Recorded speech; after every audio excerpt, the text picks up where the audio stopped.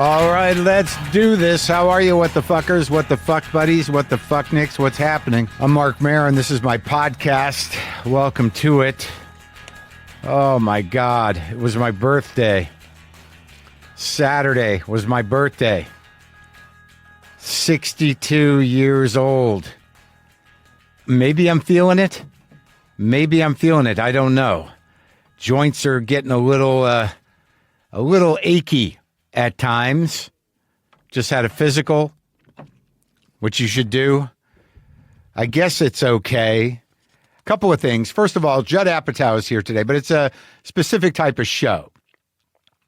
Judd's been a fan of the show from the very beginning. He was an earlier listener, an early booster for the show. He was on the show about 1 year into doing it. For episodes 103 and 104, where he gave us all these tapes that he had made when he was a teenager of him interviewing big comics. I believe in the dressing room of the comedy club because his mom, I believe, was a hostess there. So he was doing WTF way earlier. And when we announced that the show was ending, he texted me this. I'm quoting here. Maybe we could do an episode of WTF called Judd Apatow's Favorite WTF Moments, where I play you a clip I have chosen, and then we talk about it. You know none of the clips in advance. And that's exactly what we did. And as many of you know, because of my process, I don't listen to the shows. In this episode with Judd, this is going to be the first time I'm hearing a lot of these clips as audio clips. I was in the room when I did them, but my memories, that's hard to keep all those in. So I'm actually hearing them for the first time. It's just the nature of how I do it. I don't listen to it. I do it, and then Brendan does his thing, and then it goes out into the world. Rarely do I listen. Also, I think I can announce confidently right now that the end date of WTF is now official. The final episode will be on Monday, October 13th. And I don't know, it's going to happen right on time for a couple of reasons. You know, I'm dealing with Charlie, and it's not good. He's figured out a way to open the door. How the fuck did that happen? So now, like, when I think everything's safe, I'm out here in the studio, and I hear Buster being destroyed. And I got to go in there and be like, how the fuck did you open the door? I don't know. He jumps up, grabs hold of the doorknob. It's not good.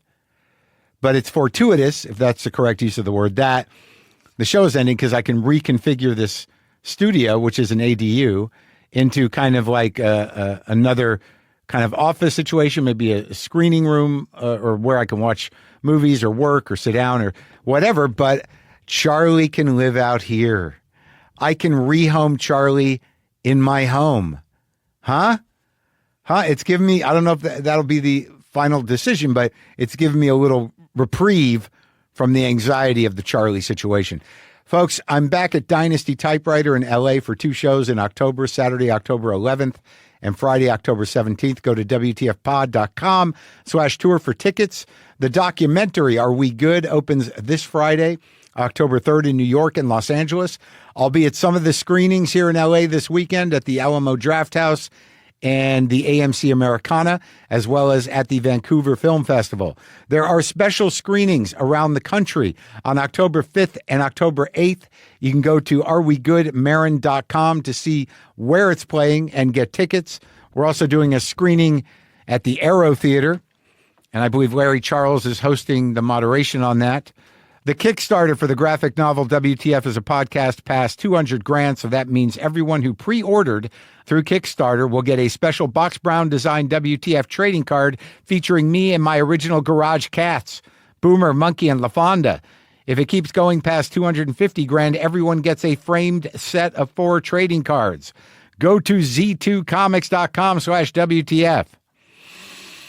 All right, so a couple of things happened that I think I should address in my life, not in the world.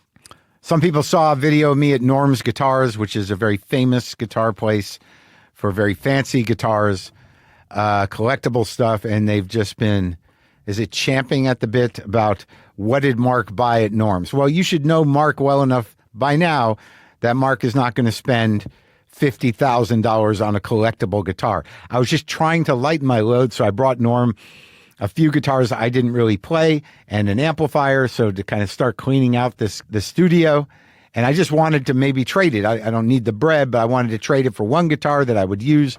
And I needed a Telecaster. So those people that are wondering what it is I bought a 1973 black Telecaster that was called, I think it was Player Grade or Player something, or it wasn't all original in terms of one of the pickups have been replaced, but it's the paint's original and it's got a nice weight to it, like the old 70s Tellies. And it's got an interesting pickup, great sound. I played it at the end of this episode. So that's what I got. Reasonable. No $20,000 to $80,000 guitars for me. The other thing I wanted to mention, when I was talking to Pardo, we talked a lot about podcasters at the beginning, and someone brought it up that I didn't mention Jackie Cation, which I should, because Dork Forest, her podcast has been around forever. It was there at the beginning.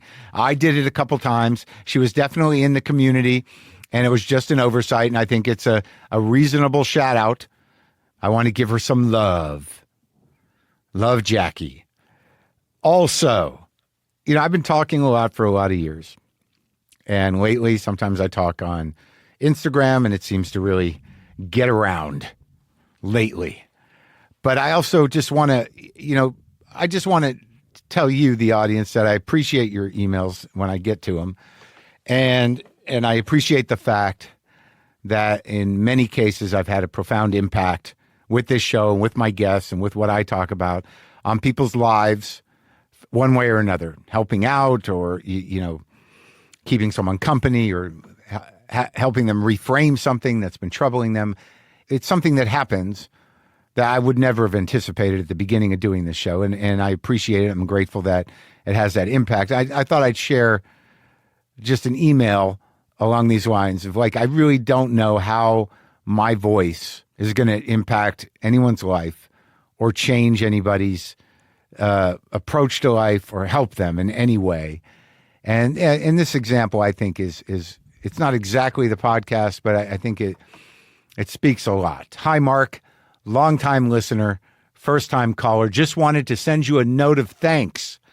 My lady and I watched your special recently, and you shared how one of your cat's balls was always under the stove. Obviously, a separate ball from the balls on the cat. Our beloved black cat, Cookie, had a small blue ball toy that's her favorite, which she's had since birth, but it had gone missing. When your bit about the stove hit us, Taha immediately ran up to our stove, and sure enough, the ball was there. Thanks, sir, for improving the cat experience of our household. See, it's a little thing, but to that cat, what a life change. The cat thought it was gone forever. His favorite ball. And now peace and excitement is reignited. See, it's a life changer, this show, and it's not lost on me. Okay. Judd Apatow. Now look, he's got a new book out called Comedy Nerd, A Lifelong Obsession in Stories and Pictures. That comes out October 28th. You can pre-order it now wherever you get books. And this is Judd bringing the goods to kind of walk me through the history of my own show. So listen, something people keep saying to me about the podcast ending is that I should take a vacation. Look, I used to take vacations. I used to love to go to Kauai. I enjoyed Kauai. I would go there, once a year, usually. I haven't been on a vacation. I can't remember the last vacation I've been on. I was just talking to somebody about traveling to Tuscany and Umbria. I do need to take one. But if you're planning to take a vacation, there's always the question of what to do with your empty house while you're away. Of course, there's the option to host your place on Airbnb to make some extra cash. And now it's easier than ever with Airbnb's co-host network. You get a high-quality local host to take care of your home and your guests. They manage all the hosting details, send messages and updates, and are available to be on hand when your guests are there, just to help out with anything that might come up. So your co-host handles the details and you still make some cash while you're enjoying your vacation. Find a co-host at airbnb.com/host.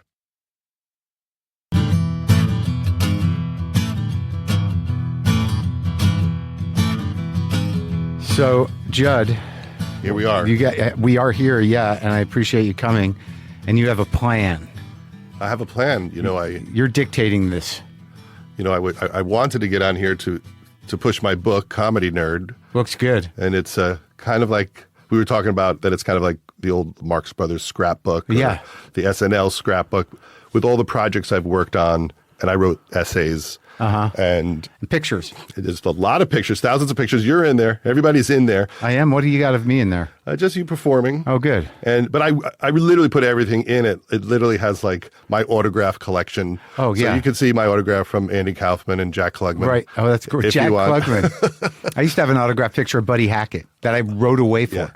That's what I would do. I would sit and I would write like 100 letters to just see who would send me an autograph. And then I would get like Jackie Gleason and Gilda Radner and all these people. Yeah. And like a really young hoarder, because my hoarding must have started then. I have all of it in pristine condition, and now I feel like I can throw my hoard out because I put it all in the book. Are you going to throw it out? Well, I'm going to try to throw a lot of it out because... What about like the where your papers? Put it with your papers. I always hear about that. Like, we have the papers of one of the guys from Peter, Paul, and Mary. Yeah. Like, who looks at the papers? Well, it's like, I guess colleges have these libraries and they employ these curators, it's a librarian job. Yeah. To manage the papers. I just don't know. Like, I've got so many fucking things of papers, and people are like, well, we should archive that. I'm like, for what? Well, it's like the Bob Dylan Museum. And it's pretty great. Yes. Have you been there? I haven't been there, and I'd love to go, but I know that mine would not be good. So What do you mean? You got all these pictures? I mean, yeah, sure, you don't have the original Tangled Up in Blue lyrics. I don't have that. But I have like a little pieces of paper where like I thought of a dumb joke like Steve Carell pees with a boner. And I'm so proud of that little scrap of paper. But I hopefully will be able to let go of some of it. But the proceeds go to the fires, for victims of the fires. And you do all these shows at Largo too that are all benefits for different things. I know, I realize that I'm the only one who literally has never taken a dime from Largo. Yeah. Well, I mean, do you need it?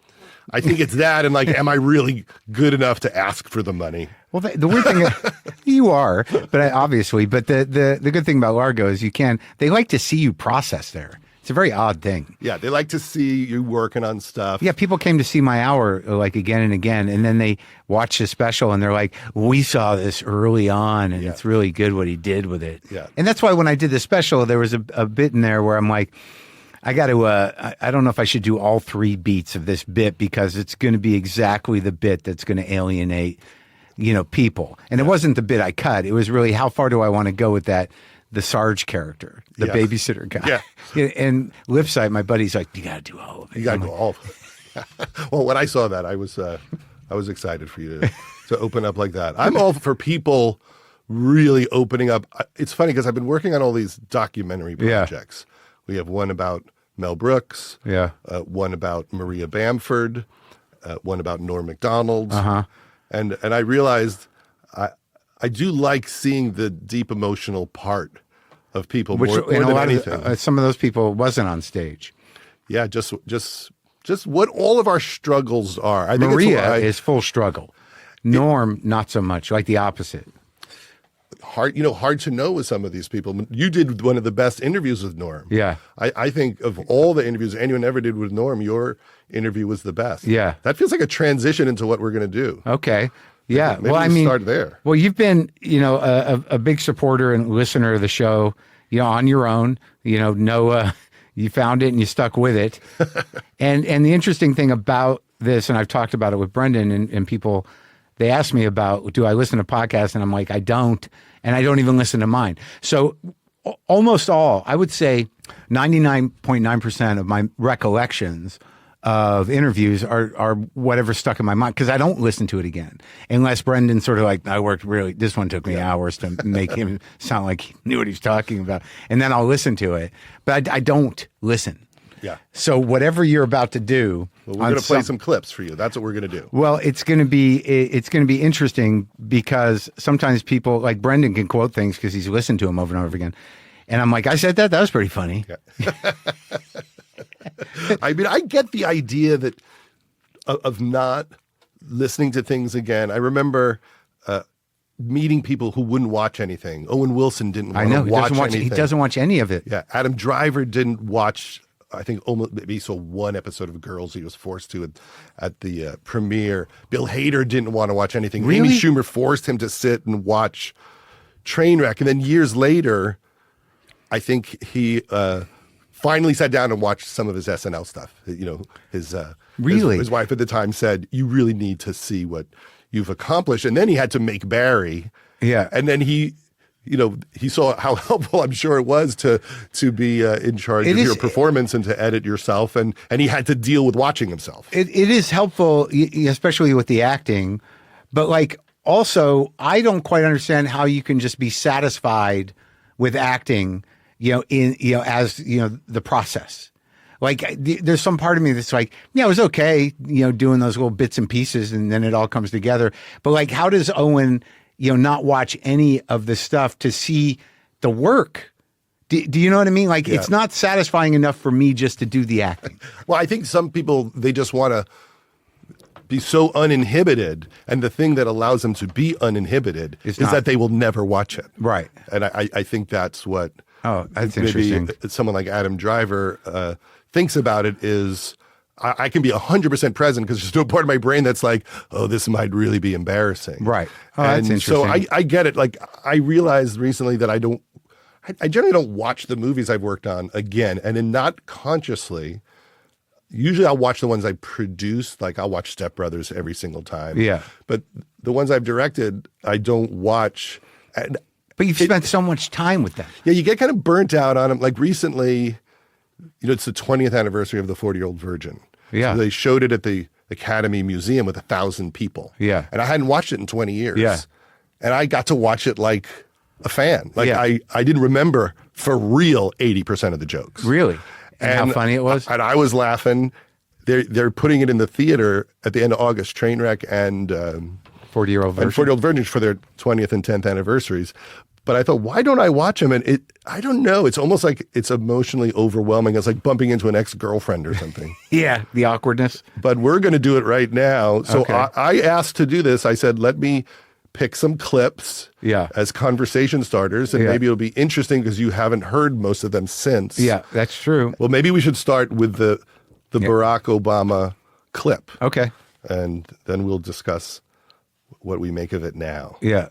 The more you do something, and the more you practice it, at a certain point it becomes second nature. Sure. And what I've always been impressed about when I listen to comics talk about comedy is how much of it is a craft, right? Oh, yeah. And they're thinking it through, and it's and they have a sense of when it works and when it doesn't. And then the longer you do it, the better your instincts are. Same with President. Yeah, same with President. and also, I guess the last thing is you lose fear.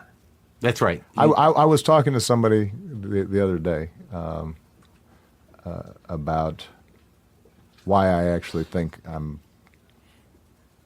a better president and would be a better candidate if I were running again than I ever have been. And it's sort of like an athlete. You might slow down a little bit. You might not jump as high as you used to.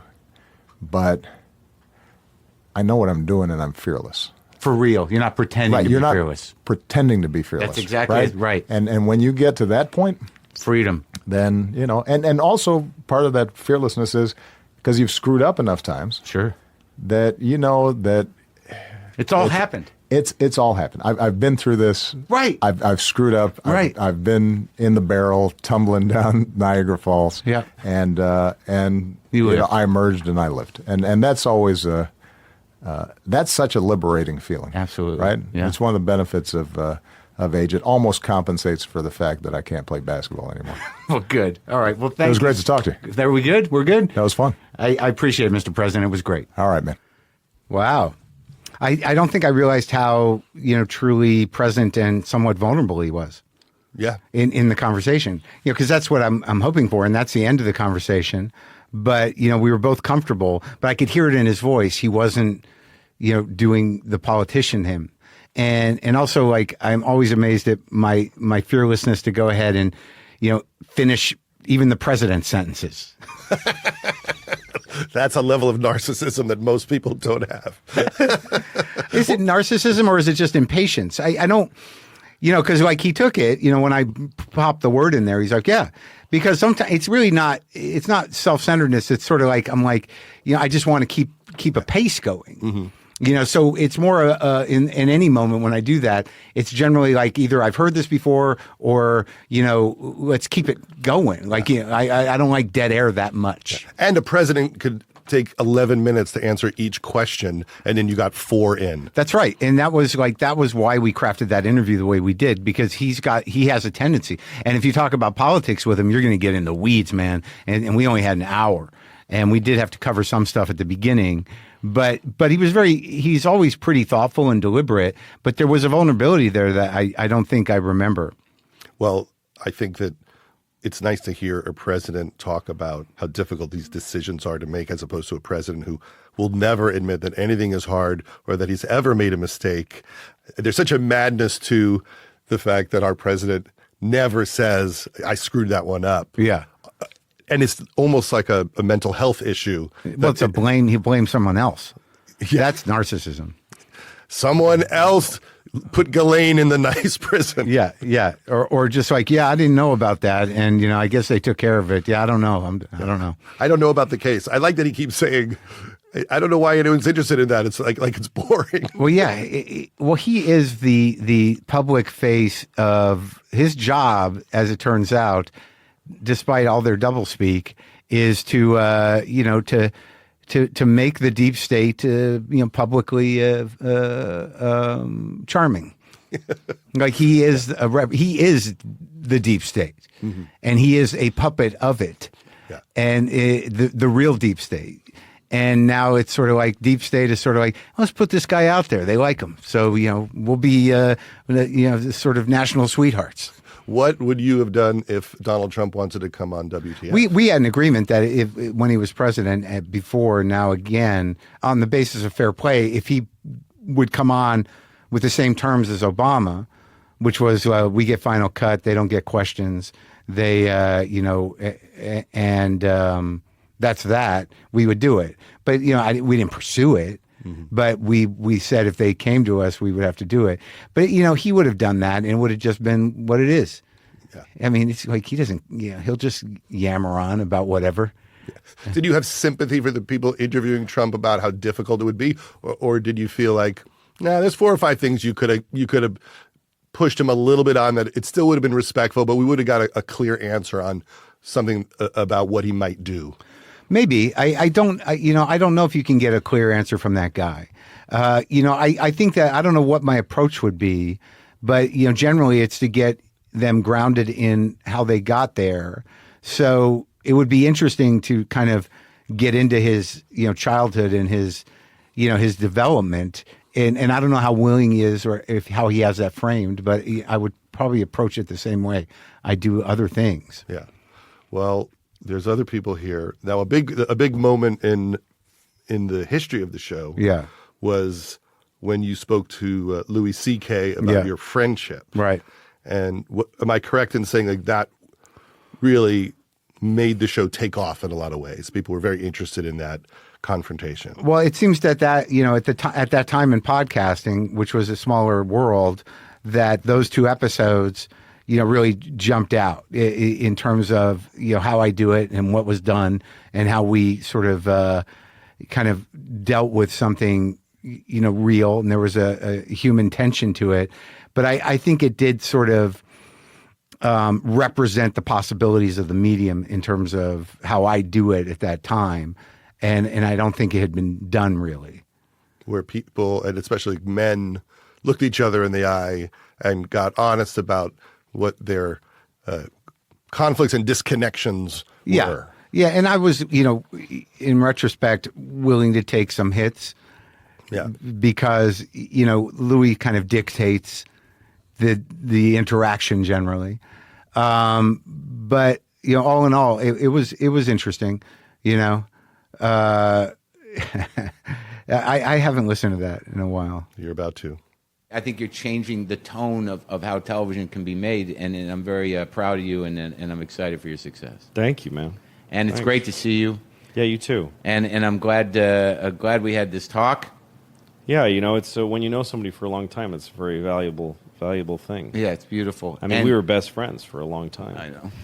Long time. I know. Well, It's hard. There's times where it's hard to be your friend's friend. I know, but I don't have them. I don't. It's not like I have new friends. It's not like I was replaced by anybody. No. That would feel worse. No, I'm still the same guy in a lot of ways. Well, look, I give you one, and you don't have to put this in the podcast if you don't want to, but what I would say as far as trying to stay friends with somebody that you have a hard time thinking about what they're doing against what you're doing is focus on them needing a friend. Yeah. It takes a good friend to stay with you in hard times. Yeah. It takes a good friend to stay with you in good times. Everybody needs support. Yeah. Everybody does. Yeah. So you're letting me down. If you see me doing something and you have a hard time coming to terms with it because you're feeling about your own life, what's really happening is you're letting me down as a friend. You're being a shitty friend by being jealous. Okay. So think about the other person. Just Well, think about what they might need. But like in my I could have heart- used you. I could have used you. I got divorced. I got a show canceled. I had some tough times. I could have used a friend. But you didn't During call me- those times but that you- were making you jealous. I was struggling. I was having a hard time. But- doing the Louis show was really hard. But- Trying to keep my family together was hard. But the thing is that in the way our friendship always operated, it was not that I was kept up to date in the day-to-day things. It wasn't a day-to-day call that we had, but it seemed that most of the time the thing that made our friendship so deep and so strong was that when we did talk, we made each other feel better. No, it's true, but you shut me out. You shut me out because you were having a hard time. Okay, And- well, I apologize again. Well, I apologize to you because I did it to you probably out of resentment. All right, Ignored your emails because you ignored my phone calls back when there was no email. Can we get back on track or what? Yeah, I think we can. Because you understand me, and not a lot of people do. And the one thing and even when I tell stories about it, it's just that you always, are able to, even in your weird way, and even if I thought you weren't listening, even when you did pick up what I was saying, that you were able to, give me a great deal of relief, fairly quickly, and I miss that. Well, we understand each other's flaws very well because Yeah. we share some. Yeah. And we've known each other long enough to understand them. So that's why we're able to look at each other, tell each other about moments that we don't want to tell anybody else. Yeah. And to be able to have the other person go, yeah, I get it, instead of going, oh my God, why did you do that? Or Yeah, the only time I did get that- it. Well, don't be stupid. Do this instead, or Right, whatever. yeah. That happens. And the only time I said, "Oh my God," was when I realized that I had missed, so much of your life, and I felt horrible about it. What's funny is I did the same thing when you got divorced the first time. I got mad at you. Yeah. And I know now why, because I was married, and I didn't want you to get out. Yeah. It's hard. I mean, because being divorced, it has changed my relationship to a lot of people that are married that I knew before. Yeah. It just changes things. People look at you differently. So Well, I love you, man. Let's just try to fucking same be here, better friends. okay. Oh my God. Yeah, interesting.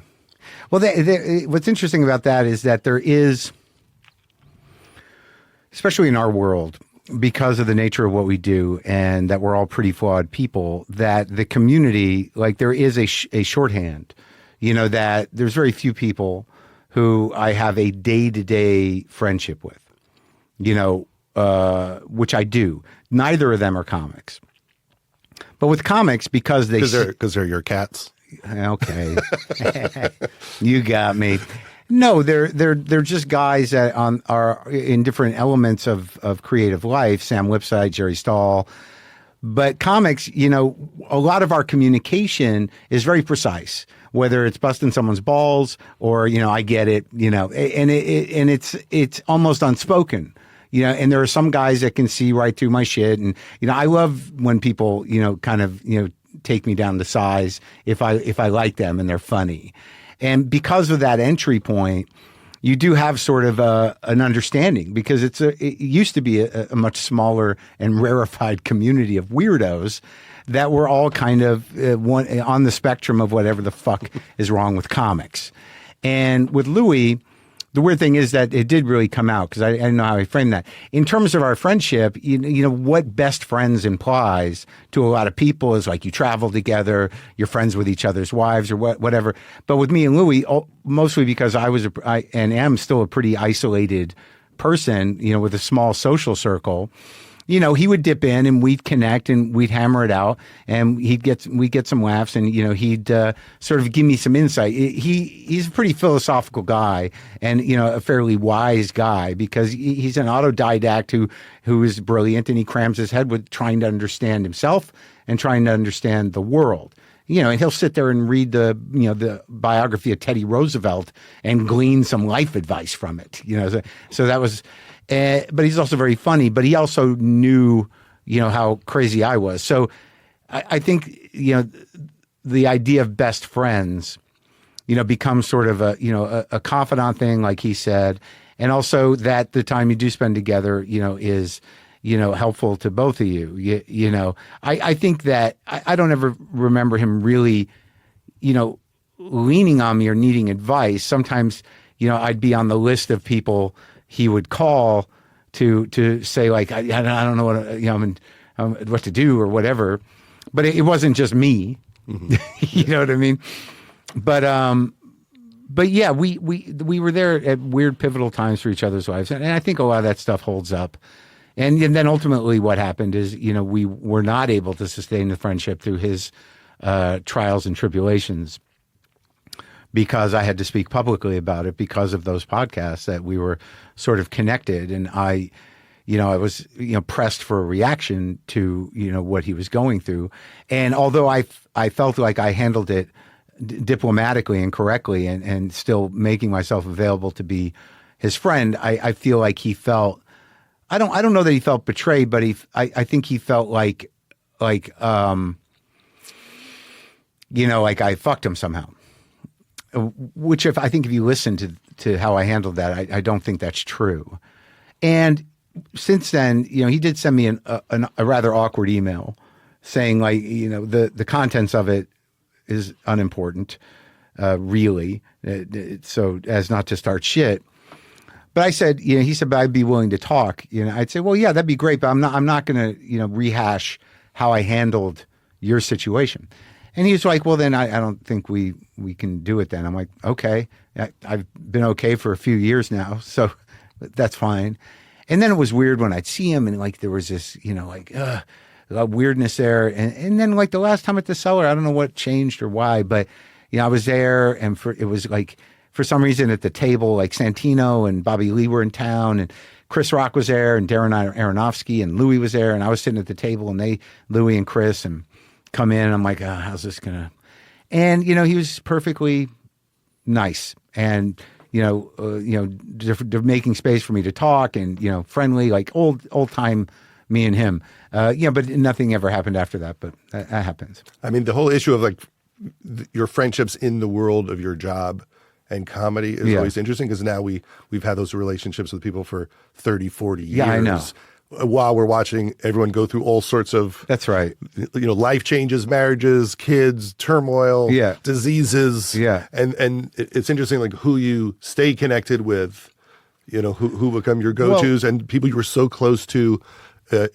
People just drift off sometimes for just completely natural reasons. Sure, like they got 4 kids and they went. You get that, yeah. And I don't know that I fully understood that when I was younger, you know, because I was sort of self-involved. But you know, in grown-upness, you know, I don't get close to a lot of people in a way that you know would be an emotional risk to me unless I can really trust them, which isn't easy.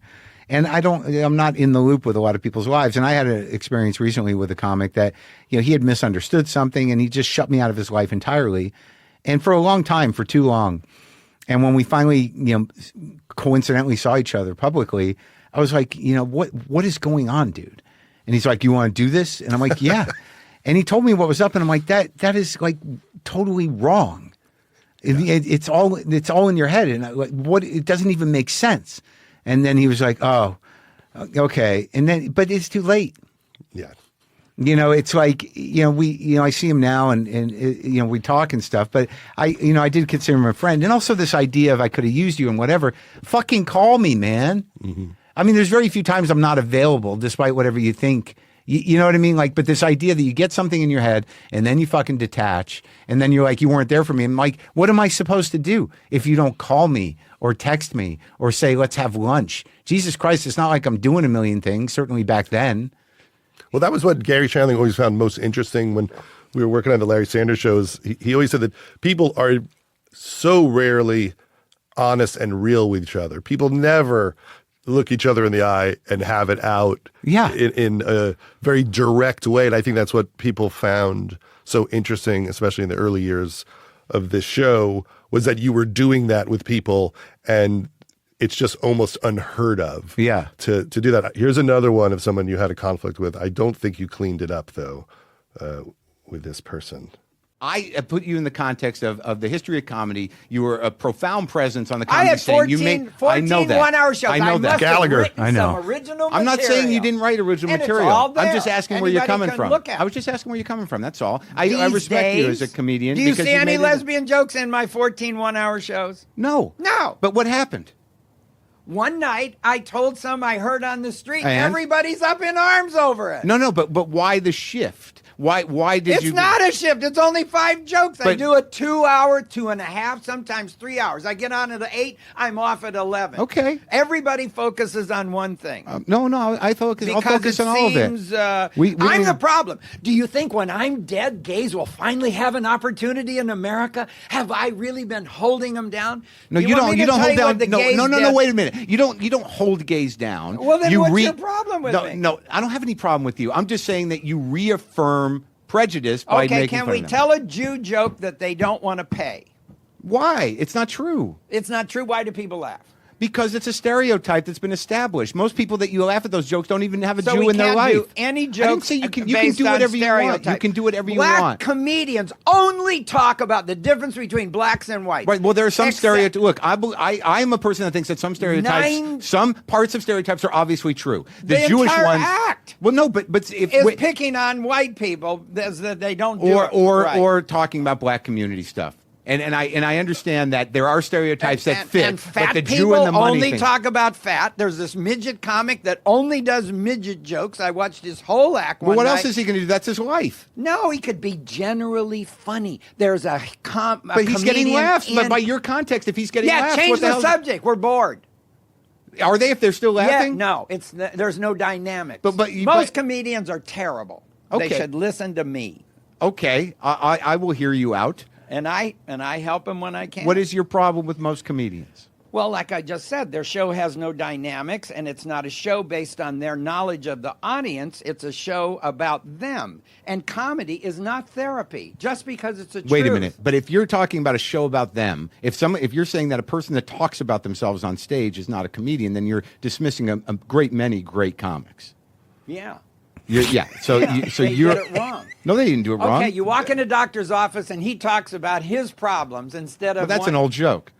If a comedian talks about himself, and that is funny. If a comedian is a storyteller, by your rubric, you're dismissing. He can't work a state fair. Who the fuck wants to work a state fair necessarily? Everybody. Really? Yeah. So in order to work a state fair, you have to take the Gallagher class. You have to work faster and more general. There are families out there, and they're not interested in your long, subtle stories. Okay, that's fine. That's a state fair circuit. But the comedy club circuit, the cabaret circuit, can indulge in different. Why can't you just see it as all being part of show business? Why are you angry? Because there's no show involved. They're a bunch of slovenly. They hunch over. They turn their back on the audience. They take a That's drink their style. Of water. It's show business. Why are you drawing lines? Why are you taking the other side of everything I say? I'm not. I'm just saying you are. Why did you want me to do this interview if you don't think I know anything about what you're asking me about? I'm just telling. I'm done. You're done? I'm done. You're just arguing. It's Howard Stern and. I'm not. I was just having a conversation. No, you're not. I have more respect for comedy. You're trying to be controversial. I am not. Yes, you are. You're just arguing with me. I have 30 years of experience. Well, then tell me about comedy. I just think that show business is show business. Well, then just Why don't you do the interview and tell people your opinion? We were having a good conversation. No, it's, Oh, come on, Gallagher.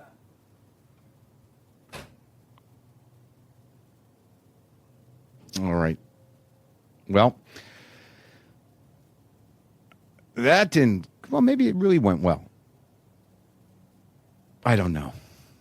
I'm certainly not going to chase after him. Yeah. Come on, Gallagher. Well, I haven't heard that in a while. What that was pretty early in the run. I guess, and it was like coincidental. It's not like we booked him. I just knew he was in town. The best part of that whole experience with him was we were at the hotel and I met him in the lobby. He's like, I'm going to show you a trick. And he's like, we're going to get free coffee because there was some sort of thing in the conference room. He's like, come on.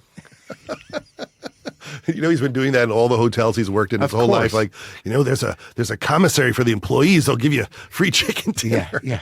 So but I have like in my mind thought like, well, was I indicting him? And I don't think I was.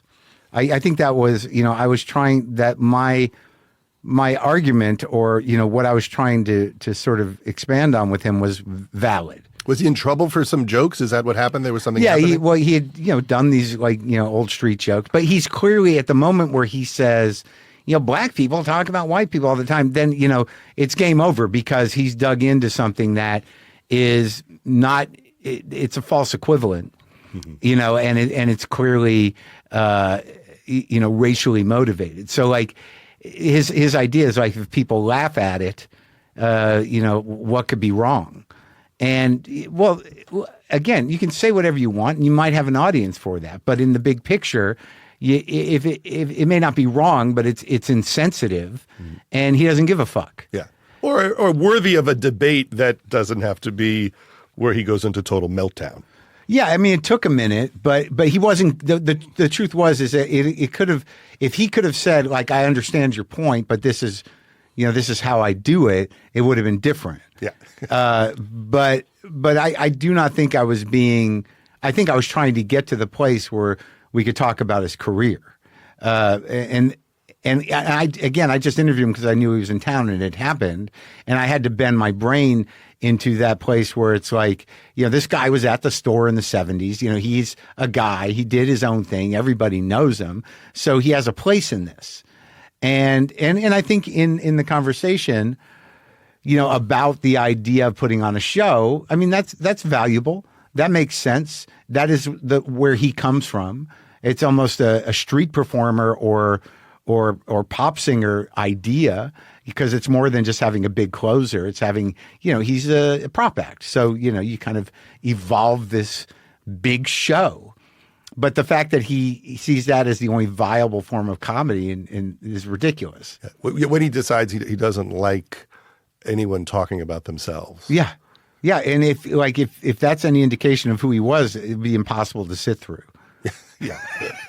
Then there's, I mean, I get when some people, you know, have fun with that. Like everyone's opening up too much. Like there's certainly a discussion to be had about the bloodletting that's happening. I always enjoy anyone opening a vein. But it doesn't happen. Like that was sort of like the false promise of alt comedy is that because most of those people did not go on to have big comedy careers, really, that whole scene. Because it was indulgent. And, you know, in San Francisco used to be a little indulgent. But there is a way to do that. And I guess, you know, it is sort of, you know, outside of, like, if you really think about people who do that for real and the toll it takes on them and how they have to frame it, it's really only Richard Lewis, right? I mean, who else was really doing that? Like, you know, like, okay, I go to therapy, whatever, a couple jokes. But to live in, you know, the mental illness that he had as being the only resource for him to make jokes. I mean, and it's sort of specific. I mean, and I think a lot of people like Richard Lewis, but a lot of people probably don't because of that. So I think that line of figuring out how to be that indulgent because your point of view is limited to you, which I decided to do, you know, out of not wanting material to be stolen or to cross streams. You know, it's challenging because there's always going to be people calling you a navel gazer or you're just doing therapy or whatever. Because a lot of people would do that, but they do it in character. Like Woody Allen was in character. So all the analysis jokes and everything else in terms of true vulnerability around going through life was tempered by that. But also the personal stuff, I think, seems to hold up better over time. The Richard Pryor material about his life the best really holds up. And I think some of the other styles of comedies age he's worse. like the template because, he had this whole like canvas of characters and social position, but once he started fucking up, and there's bits and pieces in some of the records leading up to the massive fuck up. The two, like, the one where he shot the car, which was earlier, and then the one where he set himself on fire. So, of course, it's going to hold up because a guy set himself on fire. The funniest man in the world set himself on fire smoking crack or freebasing. Always a solid story. Totally. And speaking of which, there was a comedian who's no longer with us, who's on the show, named Mike DiStefano. Yeah. Who had an amazing bunch of stories he told on your show, and I think he did it at like the Moth. Yeah, that was the big breakthrough for him. And someone who we all lost way too soon. So I thought I would play a clip from that episode. I said, "Why is she so mad at me?" He goes, "Well, she just feels like you're moving on with your life and you don't love her anymore. Like you have this motorcycle." And he said, "You don't need her anymore." Like that was a strange thing. And I realized how much I did need her. Like, I loved her. Like, she was my best friend. And so what I did was I went home and I brought some of my work shirts back to the hospice. So I bring these shirts, these work shirts into her, and she was Sicilian. So I said, "Franny, my shirts are a fucking mess. I need you to iron them for me."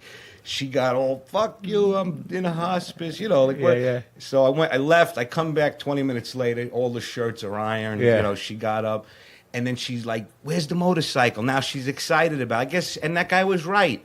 She just wanted to know that I still needed her, like I loved her. You know what I mean? Like people aren't dying. They don't know they're dying. They feel I'm alive.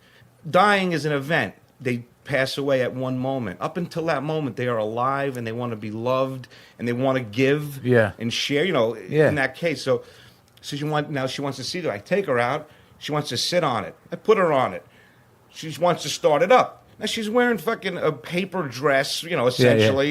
She's got her morphine pole next to her, and she's sitting on this Harley, and I'm worried about her burning her friggin' leg off. So she says, "Can you just take me for a little ride around the parking lot?" I'm like, "No, I can't." I'm thinking, "Get the fuck." You got a drip IV with? Yeah, and then it just hit me. I'm like, "No, you have to." Yeah. Like, you're in this moment. You have to do this motorcycle ride. Yeah.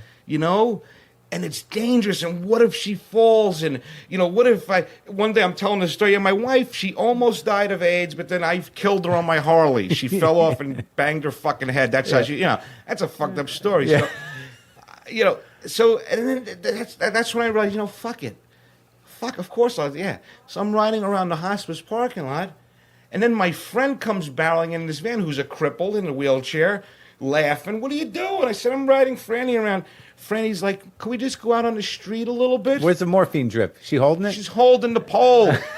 Mark, it was a pole with 4 wheels on the bottom. Yeah. And we're riding around this hospice. You could hear the goddamn wheels changling and banging. Yeah. It was insane. And then I passed the front door, and all these nurses are standing out front, and they're all crying. They're watching us, and they're fucking crying. Yeah. And I didn't know why they were crying. I was like, why are they crying? I didn't get what they were seeing. Yeah. I didn't know because I was just in it. I was living it. I knew my wife, who had suffered the suffering that she had been through in her life. She was a prostitute. She was a fucking heroin addict. She was beaten by fucking pimps, and this is her past. Yeah. And then she ends up with this AIDS, and she's dying, and all she wants is a fucking ride on my motorcycle. What a gift. So next thing you know, we're on I-95. Because women, it's never enough for them. Yeah. We're on 95. She unhooks the fucking pole, and she's holding the morphine bag over her head. Yeah. With her gown on that's flying up in the air, so you could see her entire fucking naked, bony body. Yeah. With the morphine bag whipping in the wind. And and we're passing by these guys in their Lamborghinis and shit. And I'm looking at them like, what the fuck? How do these people? Yeah. What are you doing? What kind of life are you living? Look at me. I'm on top of the world here. Yeah. And that was the last thing I did with her. you know, and you know, I feel so blessed and lucky, like, you know what I mean? Yeah. I feel like that was, you Yeah. can't ask for a better moment and a memory than that, you know, so. Yeah, it's heavy, man. Yeah, it's beautiful stuff, you know, and it's what we all, you know, the biggest things that we're afraid of are really can be the most beautiful if you look them right in the fucking eye and you don't flinch, because there's something really beautiful behind it. Hell of a story. Do you remember doing that interview? Yeah. Yeah, I think we were in Florida. And, you know, the range of personal experience, you know, of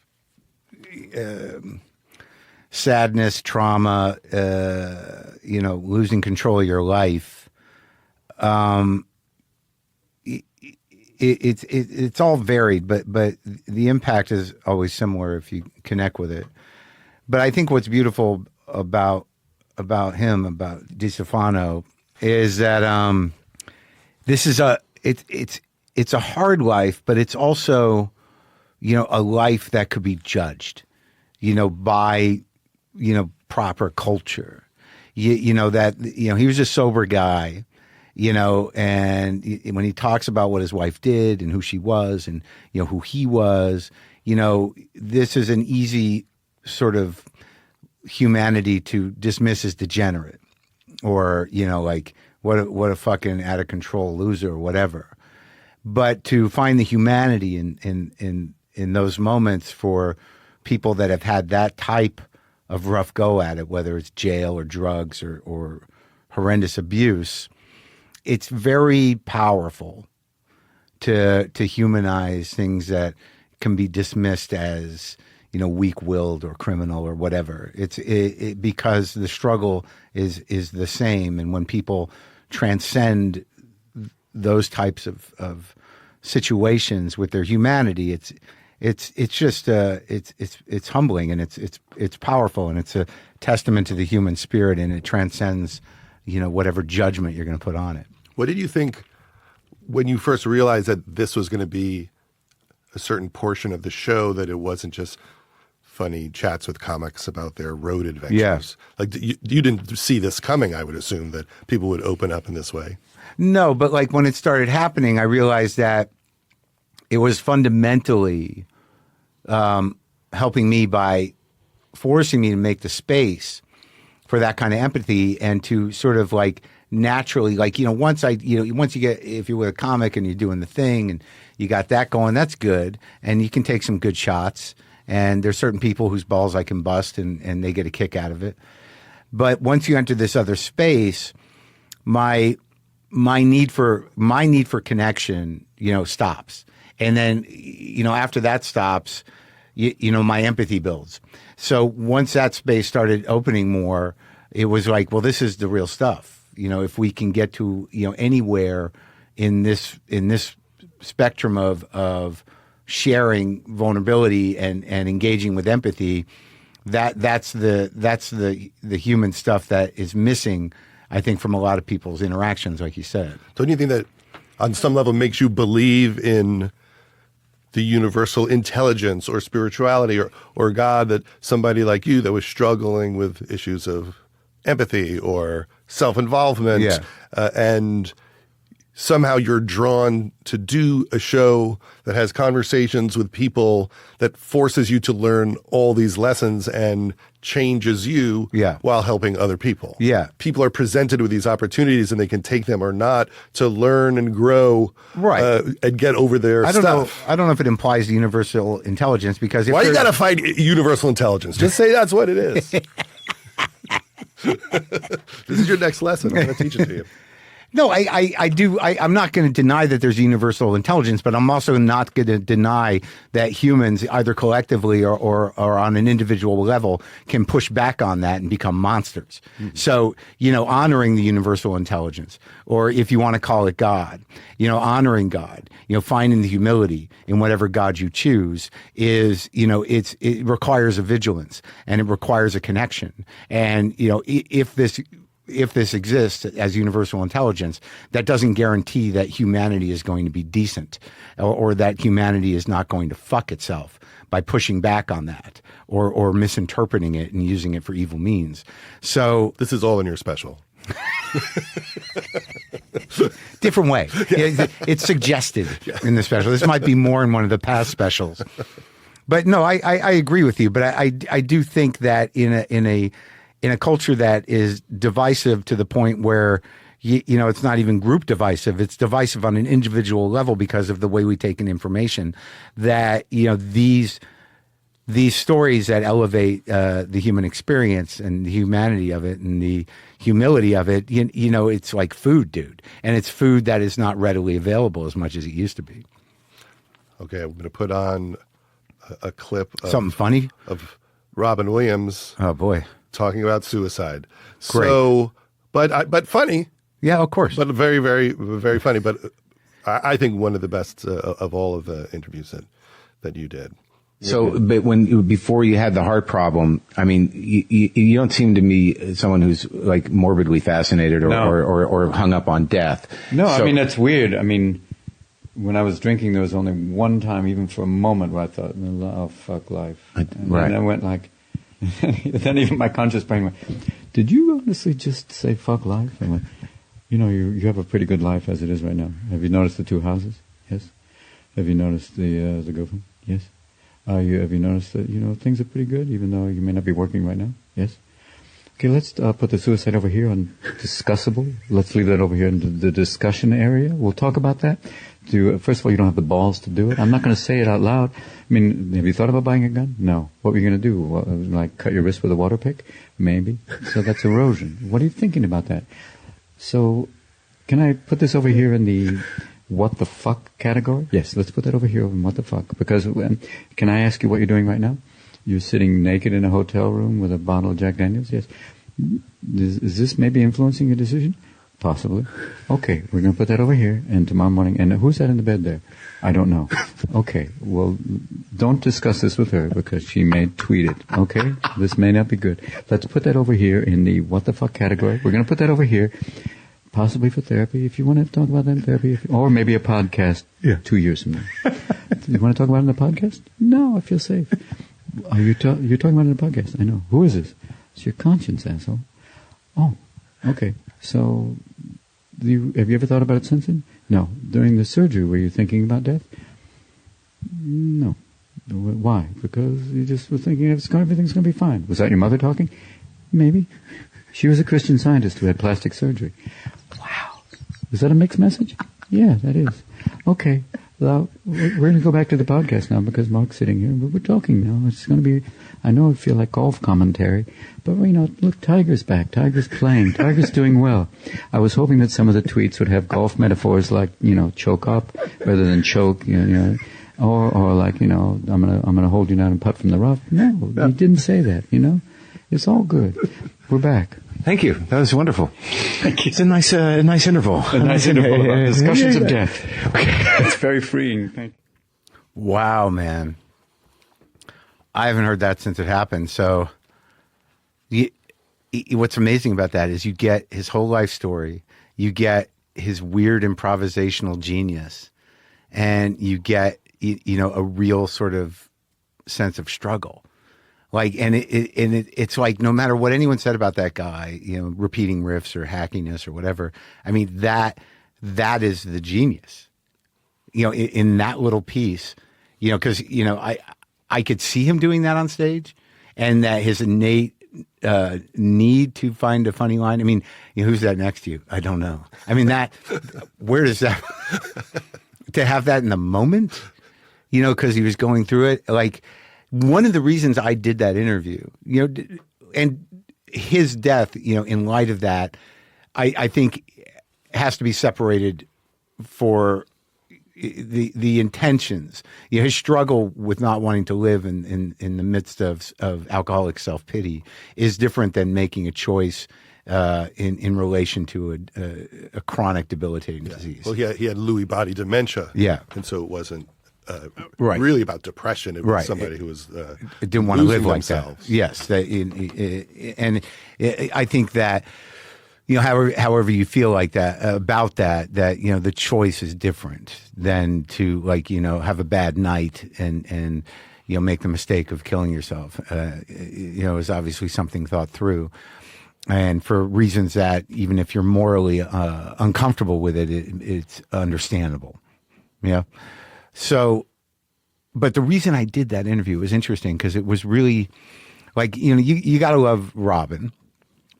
And, you know, even within our community, this sort of each stole jokes or he's hacky or whatever. When I'd hear young comics, you know, diminish, you know, his stature, you know, there was always part of me that's like, all right, even my personal feelings aside, you know, I don't follow everything Robin does, but he has done everything that you want to do brilliantly.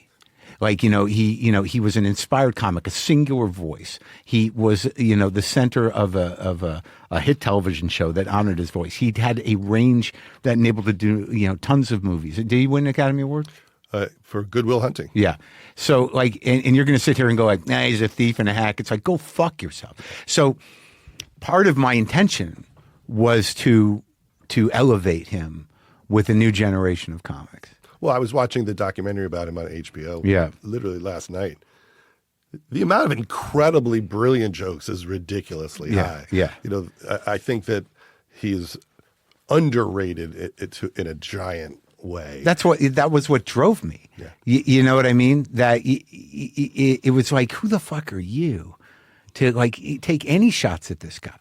You know, and God knows when I was younger, you know, the joke stealing thing, you know, it has an impact or whatever. He just sent checks. It's like, but I had a moment with him up at the Throckmorton after he saw me at a show where I saw it happen. There are guys that just have a certain, and it's not, I'm not being an apologist for it, but it was funny because he watched the whole show. I was on stage and he was up you couldn't see him. He was in a balcony seat.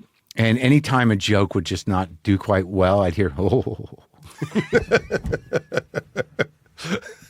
He was there for you. Yeah. But I also knew on some level he wanted me to bring him in. You know what I mean? Yeah. Because that's just the way he was. But I couldn't handle that. But after the show, we're backstage and he's talking to me and he's doing that bit I used to do about the demon, the tired demon. You know, like, you know, it used to be like, oh, let's go out and get some booze and pussy and, you know, whatever. And now it's sort of like, oh, that's some ice cream. And he started to paraphrase it to me to my face and then kind of run with it. Making it better. Right. And I'm like, that's how it happens. Yeah. You know, it's just one next step to where he thought of it. And it's not necessarily forgivable, but I get it, you know, and it happens. And that's just the way it is. Well, I don't think he made it such better. a soft spot. I'm sure he did, but I have such a soft spot for him because my first job was working for Comic Relief. Yeah. So when I was 18, I would watch the rehearsals. I was just a PA. Yeah. I just got to watch him from a distance for many years. Yeah. And just how kind he was. And Yeah. Oh, great how guy. brilliant and just a special person. And when he passed, someone said, you know, we all took him for granted because he was such a joy machine for so long, so consistently, that people didn't appreciate it because it was just, he was always there. A constant, doing his thing. I'll switch to music for a moment. Okay. Because I know how much you love music. And one of the great interviews you did was with Bruce Springsteen. And I think one of the reasons why it was so strong was I don't think he is one of your favorites of all time. Right. He's not your Rolling Stones. Right. And as a result, you were very like loose and real, and you had a very intimate conversation about depression and fathers. And I think it's one of the best interviews he's ever done because he was having a riot with you, and it was like people discovering each other. That's right. I got him engaged, you know, with me, which was, you know, because he's a guy whose public persona is like, yeah, me and the boy, you know, it's very dug in and pretty broad. Like, you know, he can put on the Bruce show, you know, in conversation. I think after this podcast, something shifted in him. I'm not going to take responsibility for it, but then, you know, comes the one person show you know, but before this interview, that was not what was happening. And again, I'm not taking responsibility for it, but it probably was the book, you know, going out on the road and reading pieces of that book that is very, sort of in-depth candid and really shows his flaws, shows the family that he came from. You know, it's relentless and kind of brutal. But I loved, there's a moment I always talk about from that interview that was just the best, where, you know, he didn't know me. You know, the publicist set it up, and I'm at his house. It's Christmas week, and we're in Jersey, me and Brendan, and we're waiting in this separate building that's like a, you know, studio, and, you know, there's motorcycles there, equipment, guitars and stuff. You know, it's a nice big space. And we're just waiting. I got my little Zoom over there. And I just see him walking down from the big house, you know, little Bruce. And he's walking down. He's got his book, because I think he's used to, like, you know, you want to read some of it? And I'm like, he doesn't know. Yeah, it was a moment he has no idea what he's getting into. And I just started the way I usually start. I'm sure it's on there. I paraphrase myself because I could just listen to what I exactly say. But I remember he comes in, he sits down, you know, with that Bruce kind of weight. You know, like, who are you? You know, like, but it was, so I said, so what's going on up at the house? A lot of craziness, Christmas, cooking, presents. He's like, correct. And I'm like, I want to talk to that Bruce. Whoever that Bruce was, we got to go there, you know. And a year or two later, I found, you know, Tal Wilkenfeld, right? The bass player, the prodigy, who plays with all these guys. And apparently she was in conversation. She was talking to Bruce candidly about doing a press tour for her record. And he said, well, when you do interviews, you tell them what you want to tell them. You don't have to answer their question. You take control of it. You tell them what you want to tell them. You guide it. And she goes, oh, that's good advice. You know, because my friend Marc Maron interviewed him, and he said he pushed. You got it out of him. Yeah. Well, let's take a little listen. I mean, you talk a little bit about boundaries in the book, but, you know, what you had to do in your mind was sort of build the wall. Yes, I built quite a few of them, yeah. Yeah, you know, just to protect this other part, which leads to this thing, you know, I do stand-up, and I've been doing it for years, and there was something I identified with in the book, which was, for some reason, and this is me now, and maybe you can help me. Maybe you already are. But I can open up in front of a crowd. Yeah. Like, and put it all out there. Well, that's easy to do. I guess, if you're that kind of person. Correct. Right. But like when I get home or when I'm in a relationship, you know, I'm like, what do you want? What? Yeah. Hey, what's happening? Well, there's certain kinds of people, you know, that only feel at home in a crowd. And performing for them. Because Performing you have for a control, crowd. number one. You have tremendous control. Tremendous control. Everybody's listening to you. That's Isn't that great? but what about those times though? You know, I don't know if you ever did it, but it seems like that you really kind of had a practical way of addressing fear. You know, heading into things like you didn't want it. I have to assume it was there, but somehow, of course, right. But did you ever have those nights where you know you that one place where you have control, you go up? And it's like, listen, I mean, I know you talk about one gig in London. Yeah, of course. Well, your desperation has to be greater than your fear. You know, your desperation, your hunger, your desires, your ego, your ambition has to be greater than your fear of complete humiliation. And so as long as you have that equation correctly balanced, you're going out there, my friend, no matter what happens. Because you have to. Yeah, but it's funny though, because like there was an interesting realization that you had, and I assume a lot of this stuff in the book, it's you thinking about this stuff. Like I have to assume that some of the stuff you write in the book about the past is you now going like, oh yeah, well now that I know this, of course, that's what I was doing. Of course. But back then you're like, I who don't know. knows? Yeah, I'm just going. All of this stuff is inside me, right, working its magic. Yeah. And I'm just following it, and I'm stumbling out on stage because I have to. I'm not sure why I have to at the time. And then I'm just, exploding and letting things take their course. But those nights where it's like that, you didn't get the love you needed out there, that's bad. Well, it's a bad because feeling. that means there ain't no love nowhere. That's why those nights are bad. If you've squeezed all the rest out of your daily life and then you're not getting it there, there ain't no love nowhere, my friend. It's a lonely world when that happens. And you went through months like that. Well, sure. I mean, now most of the time, we Not about the crowds, but where you were out in the exile in a way. I went through that for years, years and years, in my real life. Yeah. Yeah. But, I always fell back on my pretend life where I got to pretend I was Bruce Springsteen. And I always had that to fall back on for 3 or 4 hours a night, Right. Yeah. When things get real dark, it's sort of like, let's do the show. Yeah. At least that's something that I know where the fuck I am, right? know? Yeah. That's do your the place. show. Yeah. I'm safe there. I know what's going on. I know what's expected of me. I have no problem busting my ass to deliver it. And at the end of the evening, I can go home and put my head to sleep on my pillow in a short moment of peace. I did it. And then you wake up and hell starts all over again. But holy fuck. I'm pretty good at this. Why are you stopping? You're gonna keep it going after this episode. But I did go through, the list of all the episodes. Yeah. And you really did get almost everybody. I know. And so I when I went through it, I thought, I mean, obviously I was one of the people who was like, you definitely shouldn't stop doing it, just do it less. But when I went through the names, there is a sense that it is completed. Yeah. And also there is an arc to you telling your story through all the people from the Comedy Store that you interviewed and working through things. Yeah. And there does seem to be a sense of the circle has closed. Yeah, I believe that.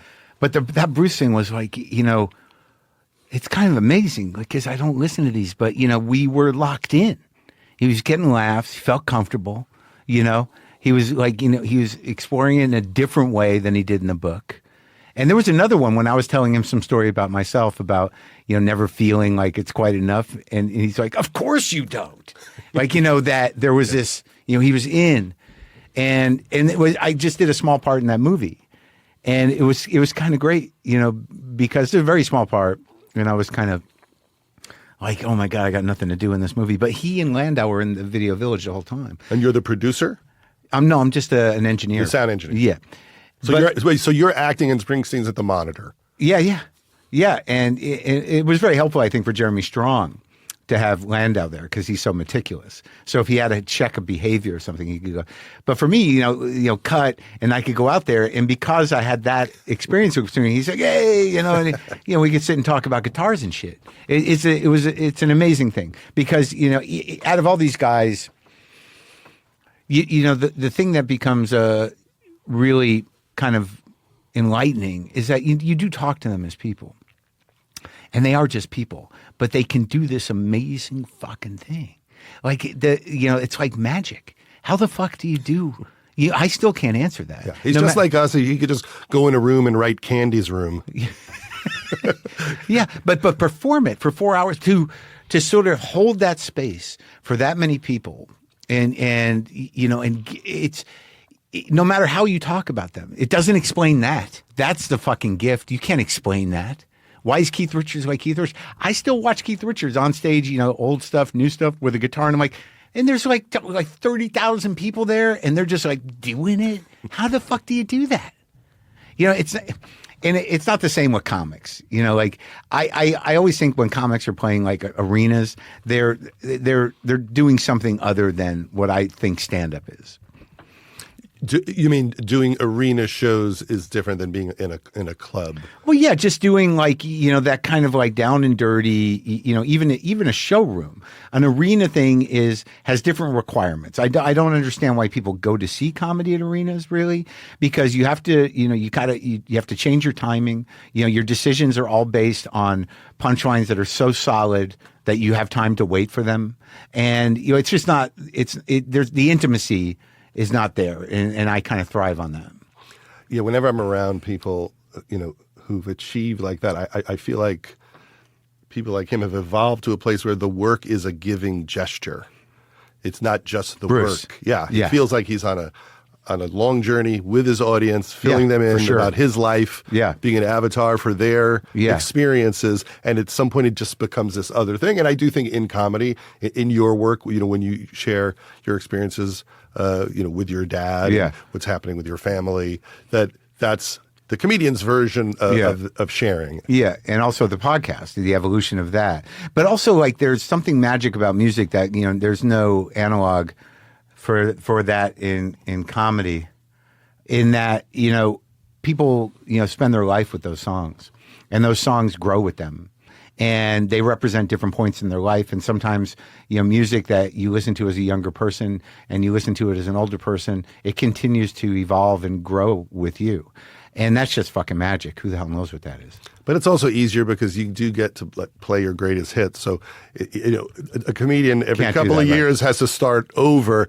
And how fun would it be if you had your Born to Run? Sure. And you could enjoy this period of your life. Yeah. Just having the result of your entire life's work, and you can just do it, and the crowd is just enraptured about it. It's with a comedian, like, I got to write a whole new thing. Yeah, I know, I know, and also but there is something to be said about jokes, because jokes do last as long as anything else, if not longer than music. I mean, there are jokes that you enjoy telling because you know how to do it. And they could be old as fuck. Mm-hmm. Like, if someone asks you what's your favorite old joke, you have one and you tell it, and it's like, wow, that thing's got life. It's always going to have life. Well, the old timers used to keep the same act their entire career. Well, so they were able to do it. So maybe we all made a mistake by thinking we needed to keep writing the set. Okay, we're going to switch to a lighter story. I tend to go heavier. Yeah. And this is a clip from the great Molly Shannon. I hopped a plane when I was 12. We told my dad, me and my friend Ann, we're like, we're going to hop a plane to New York. And he was like, he dared us. Yeah. So we went How old were you? We were like 12. Oh, good. That's good. We went to the airport and we had ballet outfits on and we put our hair in buns and we wanted to look really innocent. And this was, again, when flying was really easy. You didn't need your ticket to get through. Apparently, you didn't need an adult either. Yeah, no. And we told my dad, and we were just like, we saw there were two flights. We were either going to go to San Francisco or New York. And we thought, let's go to New York. It's leaving early. So we went. We said to the stewardess, we just want to say goodbye to my sister. Could we go on the plane? And she was like, sure. And then she let us on. And it was a really empty flight because it was out of Cleveland, Ohio. Yeah. And we sat back there. And then all of a sudden, you just hear like, the plane takes off. We were like, and we had like little ballet outfits and buns, and I was like, Hail Mary, full of grace, the Lord is with thee, blessed art thou amongst women, and blessed is the fruit of thy womb, Jesus, Holy Mary, Mother of God, pray for sinners now and at the hour of death. And then the stewardess that had given us permission to go say goodbye to my sister came by to ask if we wanted snacks or beverages, and she was like, can I get you ladies something to eat? She looked like she was like, oh, motherfucker. So she... So we wondered if we were going to get in trouble, but she ended up not telling anyone. And then when we landed in New York City, she was like, bye, ladies. Have a nice trip.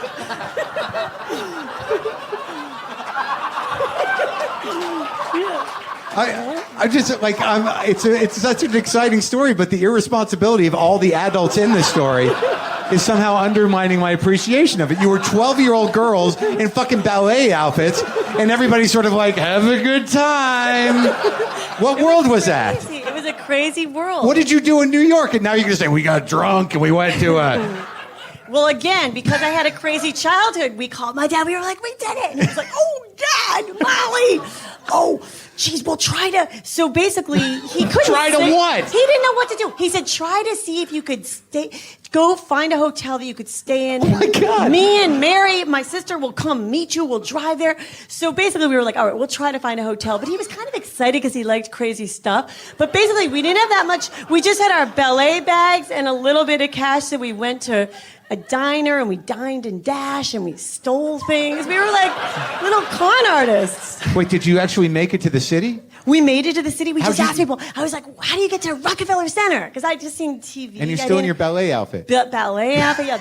Really. Nobody said, are you girls lost? Nothing like that? No, nothing. They went into a bar and they got drink up, ladies.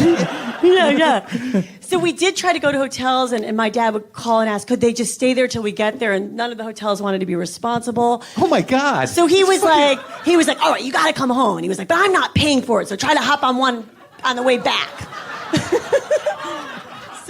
So we tried to hop on many planes, but the flights were all so crowded. Right. So we ended up having to have him pay for it, and he made us pay it all back with our babysitting money. The end. That was the big punishment? Yeah, there was no punishment. No, I know. Yeah. I mean, clearly, was there any sort of like, oh, you survived, I was just testing you? He loved that kind of stuff. Like I said, he was wild. He used to, in his drinking days, he would, go to bars, and if somebody didn't let him in, he'd be like, damn it.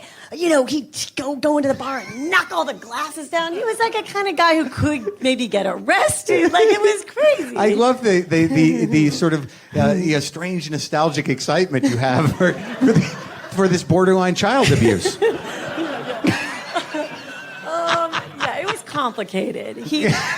Oh, now you're going to say that? Yeah, there's just one story that's complicated. Nothing, but he was also a very loving parent. I think it's complicated. He was also really supportive and kind of made me feel like I could do anything. And so in that way, it felt really free and wild. But then in other ways, I had to learn the rules of like how regular people live. And, from other people. Yeah, from other people. Yeah. Like professionals. Like people you pay. Yeah. You know what I mean? I do know what you mean. I have them in my life. Wow. You had a lot of live ones. Yeah. In the beginning, you stopped doing them. Yeah. Did you enjoy doing the live versions? Yeah, of course. Because I think I'm even better at it now of like having the freedom of mind to just be funny and because I can be pretty quick and I know how to get laughs. But the live ones are great because it was really about that. We knew going in that this is going to be an entertaining show and you want to do it so you elevate the guests and then kind of carry it along with being funny. And there were panels during those live ones that were great. I remember I was never more thrilled than to have Ira Glass and Artie Lang on the same panel. I thought I had done something miraculous. Do you ever wish that you did do an official TV talk show? Or sure. I mean, I did a pilot for one after Short Attention Span Theater. Before the Daily Show, which ended up being the show that became that. But I did a sort of a straight sit-down talk show pilot. And I remember the guests were Chappelle, very young Chappelle, and Steven Weber. We did 2 episodes. I think it was, called the Marc Maron Project. But it was straight up, sit and talk. And I don't know if I had the chops then, but I certainly do now that they're no longer, viable or going to be in existence much longer. Well, those formats didn't allow for what you did. No, none of them did. Even when people talk about long-form people like Dick Cavett or somebody, I mean, the closest one would be like a Charlie Rose situation, but that's not an audience, and that, I just assume do this. Mm-hmm. But I think there was a way.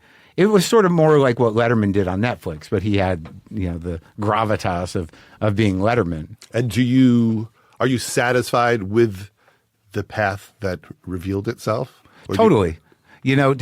Totally, because we dictated it, me and Brendan. And there's something about not being beholden to cameras or that timing or the sort of elevated atmosphere of being on camera and then being on camera in front of an audience that I think that the intimacy that gets created here is something unique. And it's unique even more so than say Terry Gross, who's the best, but she does a different thing. And even when I recently talked to her a couple of weeks ago, there was something more candid about her approach with me, but I was never doing that kind of interview. So once it started to unfold that I was doing something that didn't really exist in any space with some consistency, I sort of had a pride in it and accepted it. Initially I kind of always thought it was going to, diminish my stand-up. Mm-hmm. And so it was really kind of like, that's part of my interrupting style. Yeah. Was like, no, I'm a comic and I got to be in here. Yeah. This is about me, And, but that was different. And now all the podcasts are switching to video. I mean, when will they all start getting an audience? Will it all reverse itself? I don't know how it works, but I have noticed that because of the contraction in mainstream show business and the ability for people to sort of build their own separate show businesses, that you get these bubble audiences. Some of them are huge and some of them aren't as huge. But you do start to realize, and I'm sure you do as well, that the quality it lowers the bar tremendously to what a show looks like. And sadly, I think people will just adapt to that and not really take into mind just how many talented people and, what goes into making a good talk show. Like, I think they're just dealing with like, this is enough. What else do we need? And so that whole sort of context of what these shows were, which were big, beautiful show business, they just don't give a fuck. And you're just getting, sort of afternoon radio of some form or another. But the audience has shifted and they just don't care, because everything is disposable and fleeting and segmented. So, all that show business built has, been overshadowed by amateurs. And people are fine with that.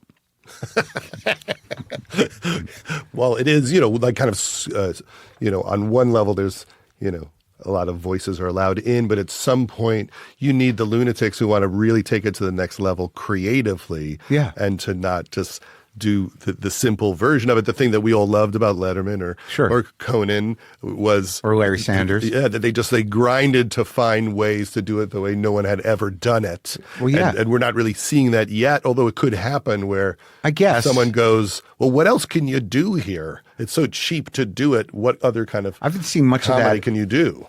I haven't seen much of that at all lately, except for Nathan Fielder, where it's just sort of like, I don't even know what that is, but it's something. He's going deep in a way.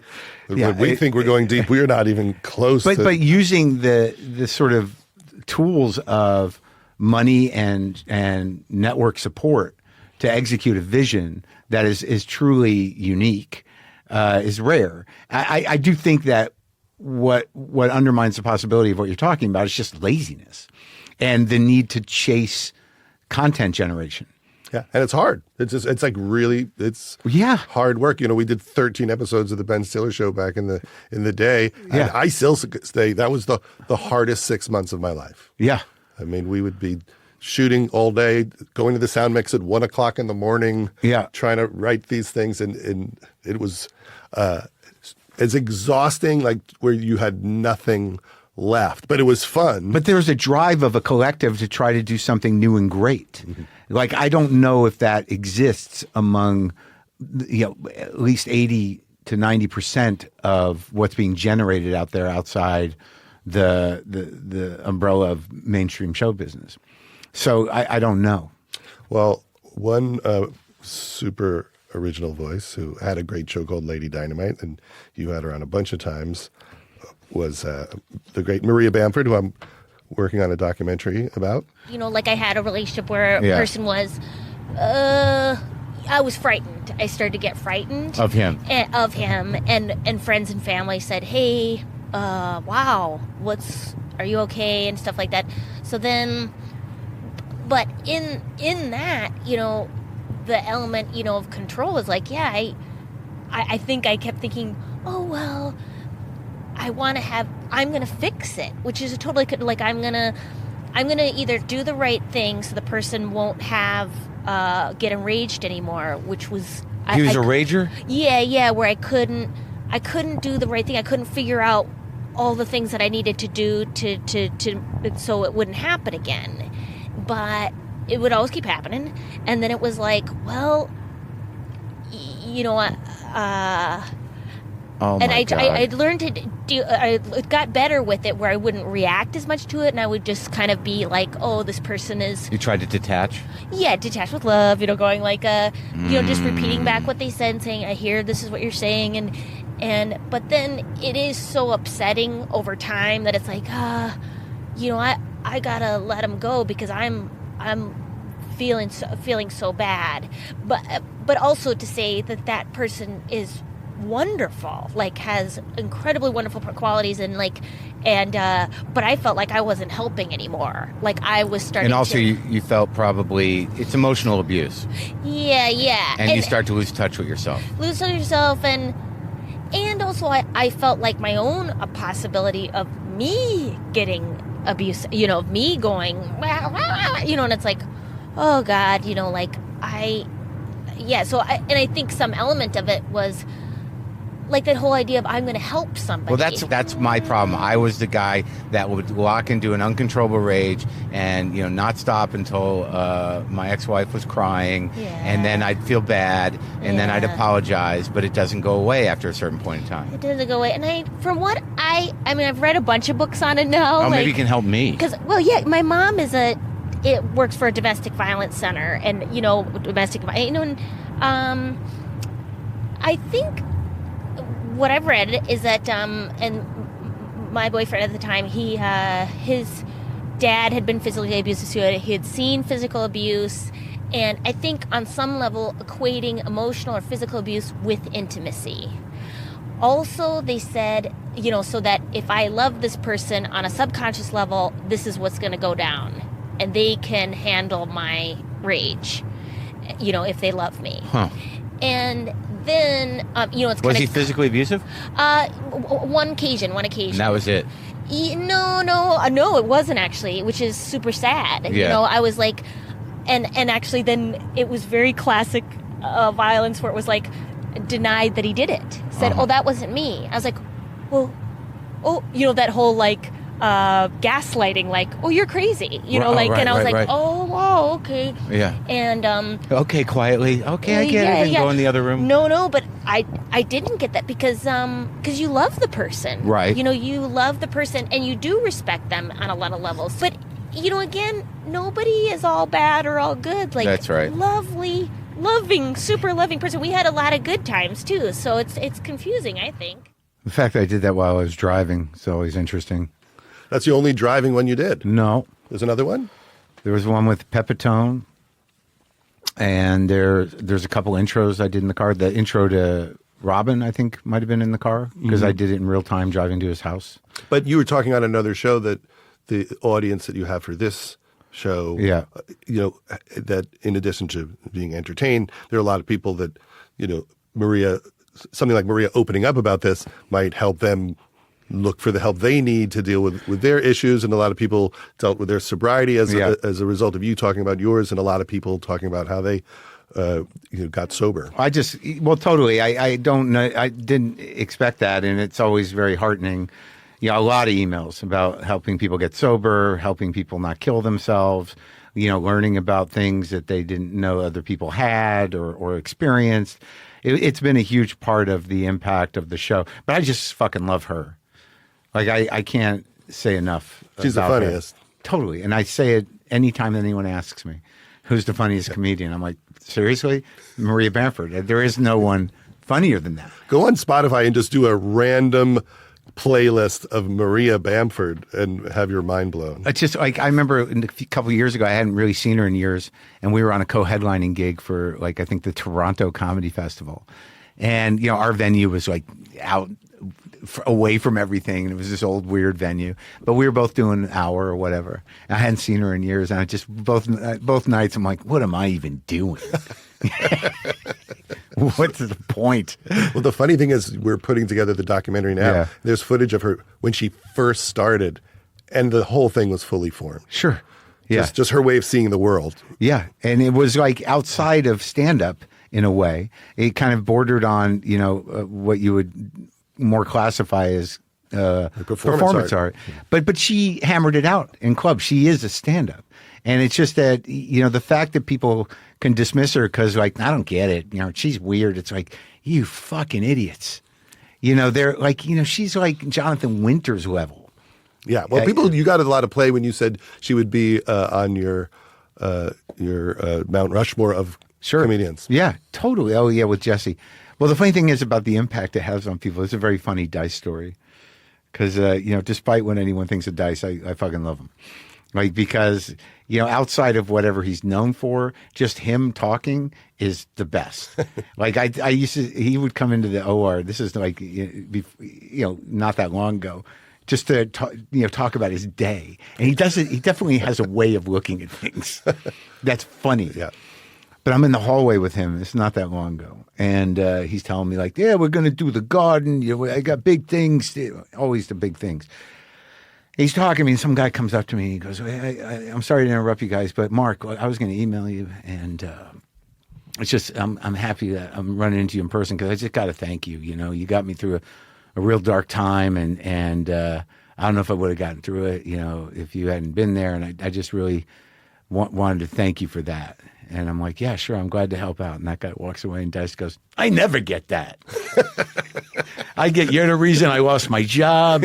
You're the reason my wife left me. You're the reason I got kicked out of school. Well, I used to see Dice when I was a kid. I was a dishwasher at a comedy club in like 1983. Yeah. 84. And he was just doing like, impressions back then. Yeah. He was just doing like Jerry Lewis and John Travolta. Yeah. So I saw the whole evolution of how it turned into that. But he would kill doing his impressions. He's got this very kind of like alpha Jewish confidence. He's so funny right now. Like the act is pretty amazing. And his Instagram, if you want to see something super weird, just him walking the streets, walking up to people, is really funny. Saying, are you Mildred? Are you Joanna? Or when he's got Lovitz walking around with him. Seems like it takes work. He's really putting in some time. Yeah. Let's do one more. Okay. Well, you know, one of the reasons to stop is because you've gotten all of the white whales of show business. So I thought I would play one of them. Yeah. A person no one gets that you got, which is the legendary Nobody Better Albert Brooks. Oh, that was great. That moment when the room service comes to the door. And he's like, should I just keep talking? So we get a meeting with Jack Benny on Tuesday. He dies that Friday, which nobody knew meeting him. Yeah. But we're sitting in his office, and I say to him, so Mr. Benny, I'm doing a record album, and on this record album, I would love if you would do something, because we're doing this old-time radio, and I never got any other word out. My hero says to me, 3 days before he dies, radio, that's all I'm remembered for. I've done everything. I've done television. I've done movies. And I'm going, I don't even know you from radio. Oh my God. No, I know that. And Harry and I left. I drove home, Mark, with a profound, maybe one of the most profound lessons of my life, which is you better not hold on to anything. Yeah. Because if the God of comedy, in my mind, doesn't even know 3 days before he dies how important he was, if he's still going, and you know, you and I get it as we get older. It's happening to me now. Okay. So you just can't go there. If you try to hold on to your life, you're going to be really sad. You can't do it. It's impossible. How was that interviewing Albert? The best. The funniest thing was he didn't want to come here. He didn't want me to go there. So we're in that hotel, down on Santa Monica, that old pretty hotel. I forget what it's called. It's almost Victorian looking or kind of deco. And it was just such a thrill, because he's just so fucking funny. And, such a powerful presence in my mind. I remember it was, I'd been trying to get him for years. And there was that moment at Shandling's Memorial. Everyone's leaving and he's wearing that golf hat. And I'm just walking. I just feel these two hands on my shoulders. And he says, let's do it now.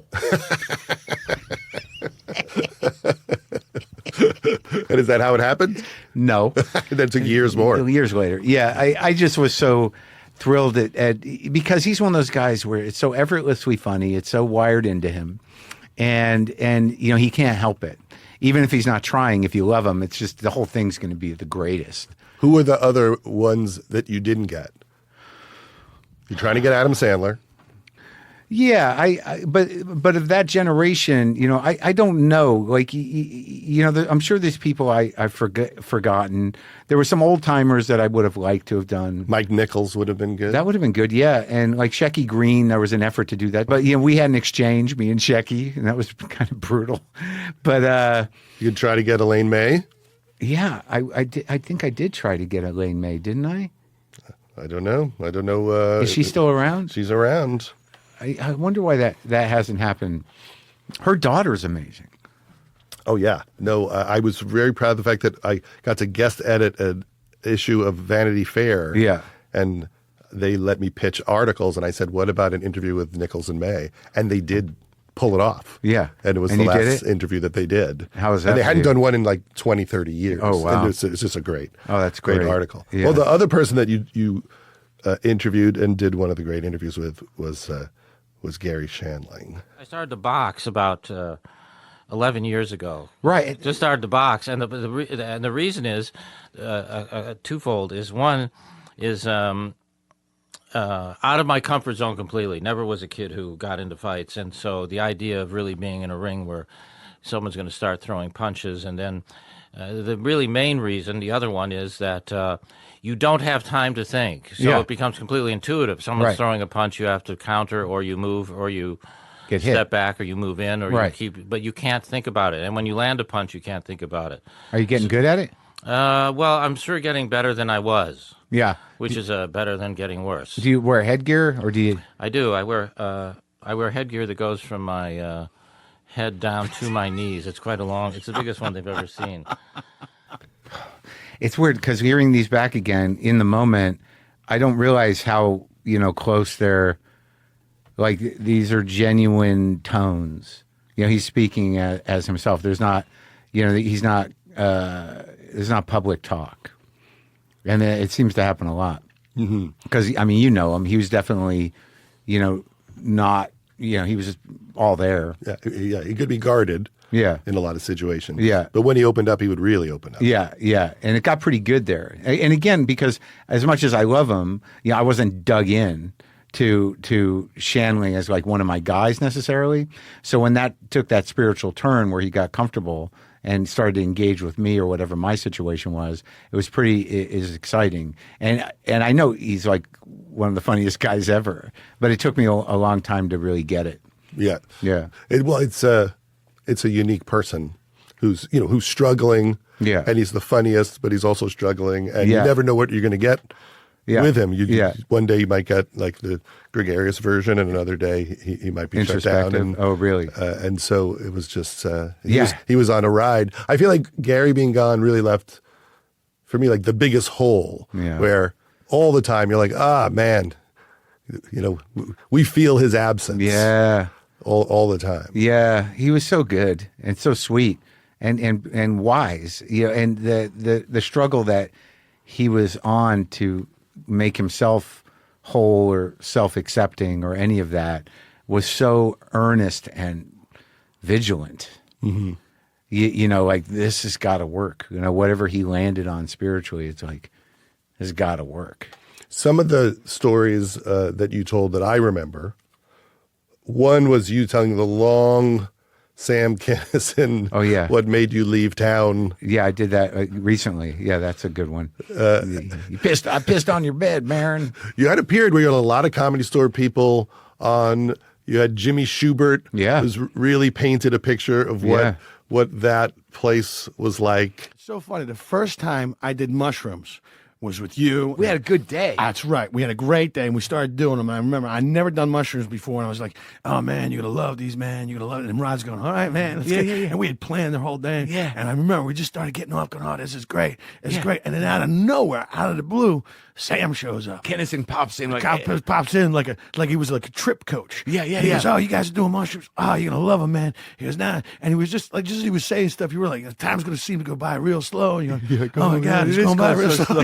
Then you pull out a joint, and he was great. He goes, "Now let's get you guys are gonna just get off. Smoke this joint. That's gonna make everything all right." He went, "All right, man." But it was like that, and then it was. I mean, I swear, man, we had the best day, just laughing. I know. Then we went and worked. Yeah. And then we back to the store. Yeah, but we did them at like 2:00 in the afternoon. So by that time, at 9:00, for when we could go down and. I forgot that Sam showed up and was actually kind and giving. Yeah. Well, man. I mean, he was he definitely understood that world. Yeah. But you're right. I mean, he had his moments of that kind of behavior. I mean, it's I remember the one moment where he pulled out something that looked like a jar this big, like a jelly jar, with cocaine in it. Yeah. And he's like, and we're standing in one of the rooms at Crest Hill. He's like, "You want to bump?" And I'm like, "Yeah. What do you want me to do? Where should I do it?" And he said, "Put your thumb in between your finger like that." Yeah. I learned that from the mob. I'm like, okay, I don't even know if I want to know the rest of that story. Yeah. I mean, it was. But I remember we'd sit around that table. Oh yeah.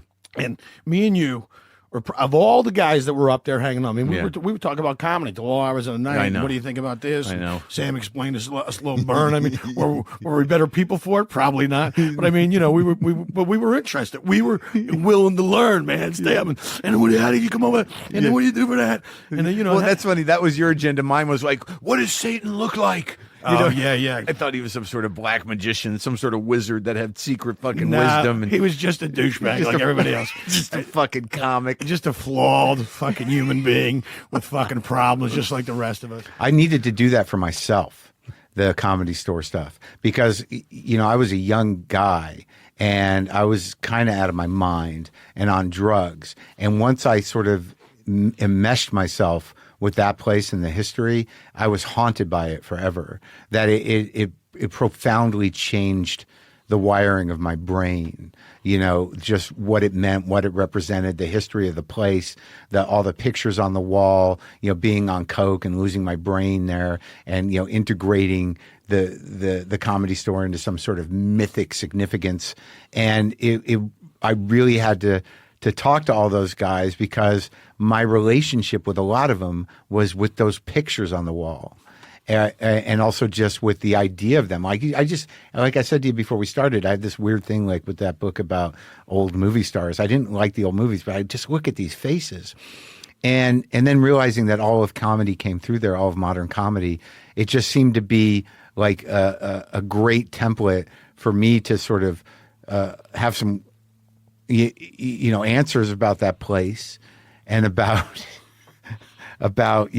my place there and about my history. And like this was like, I've got Mitzi Shore's driver's license, her last driver's license, because I did Binder's documentary, and that was just like laying on the floor in her office. Oh, you told that story to Letterman. Yeah. I got to show you something. Hold on. This might weird you out, but just. I seem to be alone now. I don't know why I have this, but I can tell you how I got it. Okay. But for some reason, it means a lot to me. This is the driver's license for. Oh my gosh! I know. Well, a crime has been committed here. This is Mitzi Shore's driver's license. It is, man. Mark, how did you? I mean, I know, first of all, why were you rifling through her purse? Well, that's right. Here's the thing, Binder, Mike. Yep.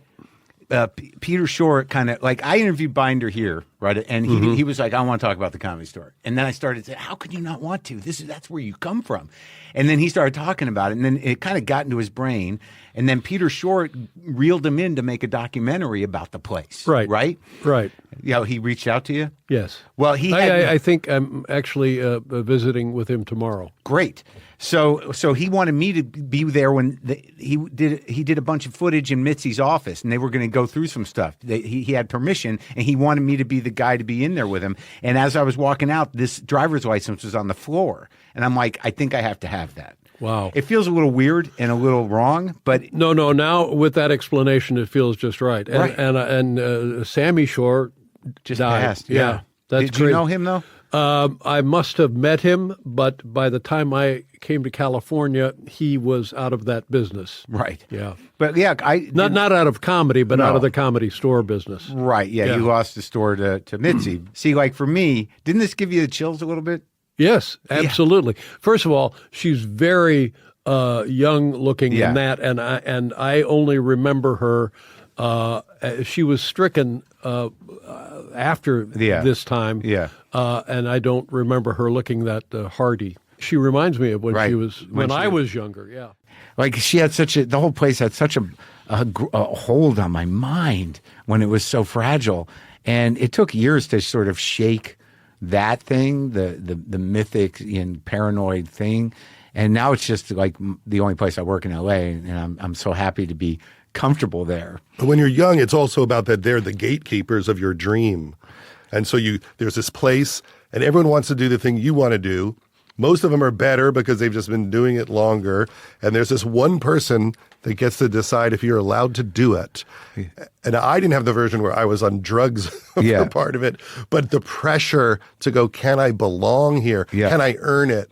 Can I be better than a lot of these people to kind of climb to the next level? That pressure. And then it's also that youthful madness that it might be possible to pull it off. Yeah, I don't know if I had that climbing thing or even the competitive thing, but I did know that I was kind of lost, and that for some reason, being part of that world was very specific. And at the time I was there, or when I came back to LA in 2002, like it was just this haunted shithole that nobody wanted to go to. It got to a point where people were like, why would you go to the comedy? Like it represented some darkness, which I always knew was there. And it's necessary for that place to exist. I told Peter Shore recently, I'm like, you got to be careful with that place because as well as I do, it's very susceptible to charismatic leaders. That a personality can take that place over. Because she enabled it. And I was there during the Kennison and Dice period, which happened kind of back to back. But I just wanted to I thought it was an exclusive, amazing community, the Comedy Store. With the best folks. Oh, yeah, man. It got to the point where I was so dug in there and living in her house, the one she owned, and walking down to the club in the morning to make coffee behind the bar and shit. But it would just be that thing where, I'd be living at that place and be like, hey, Joey Gaynor, there he is. Who knows Joey Gaynor? It was just these were the pictures on the wall, and now I was part of it. Yeah, I can't imagine the addiction part in it also. My addiction was just, can I succeed? Workaholism. Yeah. But I was afraid to be high or drunk. Yeah. Because I don't think I felt confident enough in what I was doing that I could be that vulnerable to be out of my head. Yeah. I kind of thrived on it because it connected me with this bunch of people that, in retrospect, it's all very dangerous. But this idea that you're at the table, with these wizards who are going to impart something on you. But also very funny and very it was out of control and weird, but I was all about it. But it's a way to bond with those people because you would do drugs with them. Sure, and also you had a secret. To be bouncing around that place as a door guy with coke in your pocket, it's the fucking best. Yeah.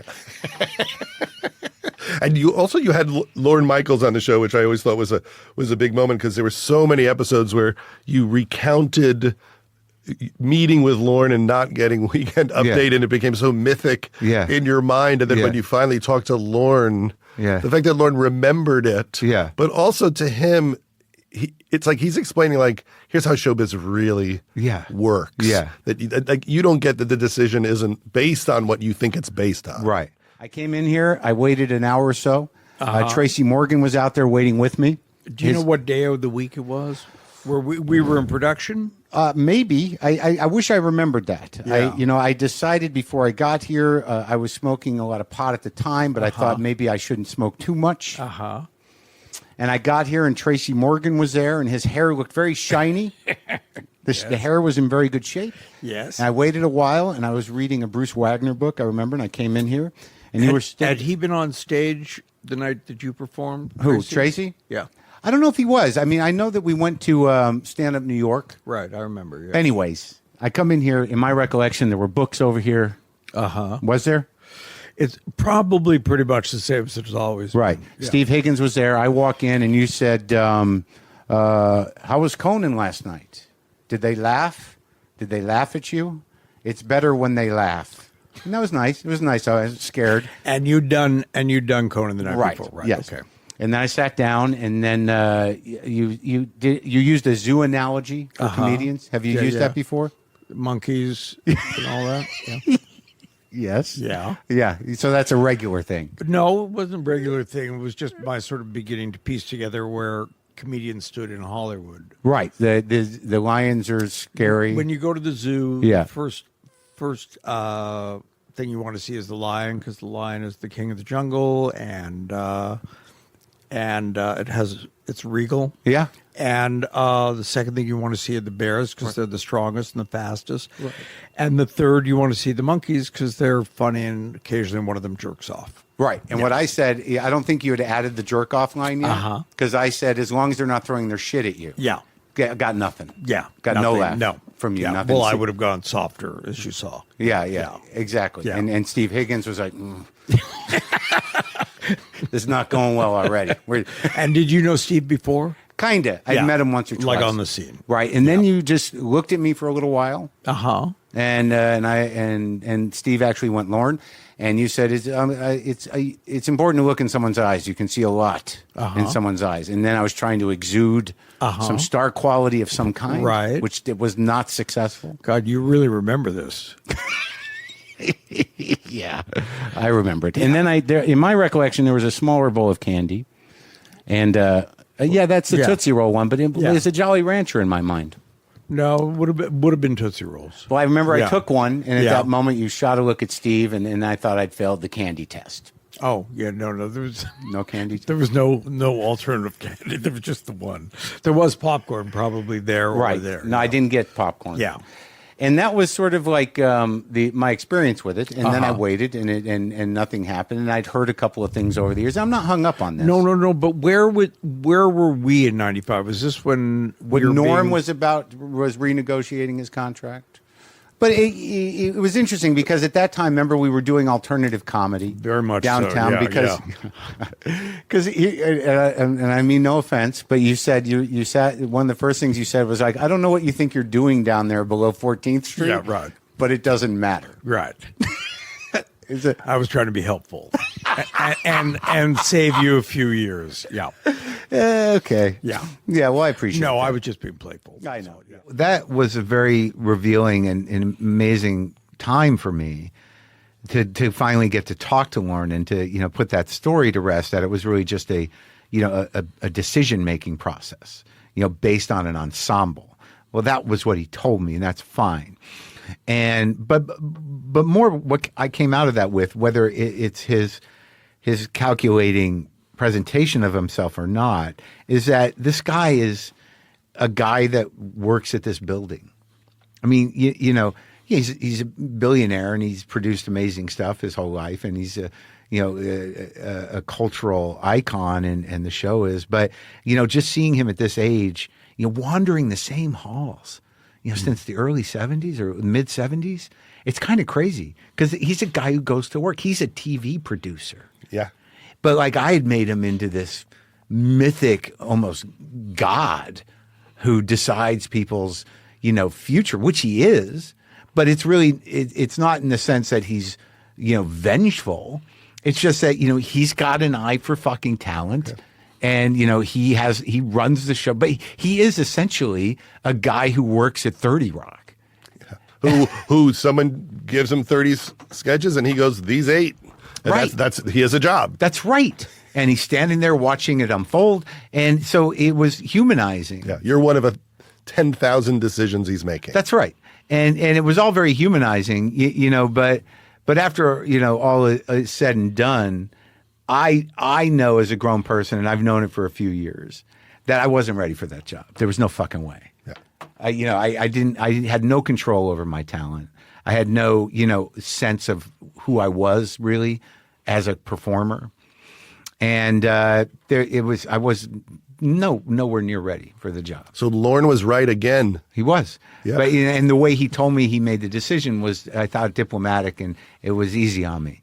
But, because he could have said you weren't ready, and I knew that. And I would have took that. Yeah. But the idea that he's sort of like, there's a lot of things that are happening, and everything has to, I'm like, that was a nice thing for him to do. It's a nice gesture. Yeah. I'm glad we got to do this. Yeah, How was great. it listening to yourself? It was great, man. I think I should go back and listen to a few episodes. Yeah, I'll tell you the good ones. Yeah, there's like a whole bunch more there. I'll go check them out because I trust your opinion. There's a whole bunch more. Maybe we could end on Mr. Norm Macdonald. Oh, please. Talking about Norm things. Aren't you still afraid of everything? I am. I mean, I try to hide it and deal with it, but on a day-to-day basis, I get mustard. No, I'm not afraid of everything. I'm afraid of very few things. Like what? Illness, death. Yeah. How'd you get peace of mind out of the other shit? Well, when I was this is a weird thing that happened to me when I was young. Yeah. I don't know if this means anything. Let's but try it. I remember it, but it was a moment I had that was it wasn't religious or epinaphic or anything, but it transformed me to some degree. Is that I was always fucking so afraid of everything, and if I went to a store, I'd have to walk around forever before I could even face a person in the store to buy a pack of gum. I don't know why the fuck I was like this. Yeah. But anyways, when I was 9. There was we lived in rural Ontario, and there was a blind friend of my dad's that I had to, he said, take him to the store. And I was like, what the fuck? Like, I have to take this blind fucker? And I'm already shy and shit. So I'm taking him to the store, and then the fucker wants me to explain everything, describe everything to him. Yeah. So I'm like, there's some grass over here, and now there's a lamppost, and this guy's all happy. Oh, what about the lamppost? I mean, it's just a lamppost. Yeah. So it goes on and on, but something happened to me it sounds bizarre, but something happened to me where I was actually, instead of always looking inward, which I think I'd always done before that one time, I was looking outward. Anyways, while I was talking to him, I suddenly had a sort of a hysteria. Like, I was laughing. I started laughing and stuff. And I don't even know why I'm remembering this, but I started laughing about everything. And everything seemed like very, very funny to me. And then a couple of weeks later, I saw a homeless guy, and he was talking about, he started talking to me. Yeah. And he was talking to me about John D. Rockefeller. He's like, I was at John D. Rockefeller's funeral. Yeah. And all this shit. Yeah. And I was laughing at him and shit. And then he started laughing. And I was like, it's all fucking crazy shit. Like, something came to me. Yeah. Where I started, and so now I find everything funny except like fucking real serious. Like, I'm no fear of going on stage or anything, but death and shit. Right. And so, but the other thing but the problem with laughing is I will get, it will build to a hysteria sometimes that I have to crank a couple of benzos to prevent a panic attack. You really? Yeah, I can get You panic can laugh attacks. yourself into an anxiety attack? Yeah, absolutely. Yeah, I start laughing and then it gets out of control, like hysterical. It's and I still have extreme sensitivity to things. Like I can not to life things, but to like literature or art or something like that. I have incredible sensitivity. I kind of have to stay away from it. Like, what's an example? Like a painting or a... Yeah, fucking paintings. Like, I don't know anything about art, nothing at all. Really? But I have had fucking experiences that have been so hard on me. Like, one time I was in New York and somebody dragged me to a fucking art museum, which I hate art. Yeah. And I was looking at this picture, this girl, and I was like falling in love with her. She was so fucking beautiful, this fucking girl in this fucking picture. Yeah. And then a guide was telling me the fucking thing was written, drawn in the 16th century. Obviously, this lady was dead, long dead. Yeah. And here I am fucking in love with her. Yeah. And so I'm like, fuck it. I was like so hard on me for so many days. So I try not to. It sounds crazy, right? Not really. But I can be very... it sounds like that's a very good painting. It was an incredible painting. Well, thank you for having me. And thanks for doing the show. I enjoyed the show. I was was 16 years. I enjoyed it. I was always thrilled that you were a fan of the show, and we've had conversations, and your input and excitement about interviews was always something that propelled me in times of doubt. Well, I appreciate that. It's my favorite type of thing. And let me tell you, the biggest tribute I have for you, my tribute to you, is that this show is so amazing that I didn't do a podcast. I kind of knew you were on the fence for a while. I knew it couldn't be topped. Well, you did it when you were a kid. I did it when I was 15. I tried to invent it. A very early version. Thanks, buddy. Yeah, that was fun.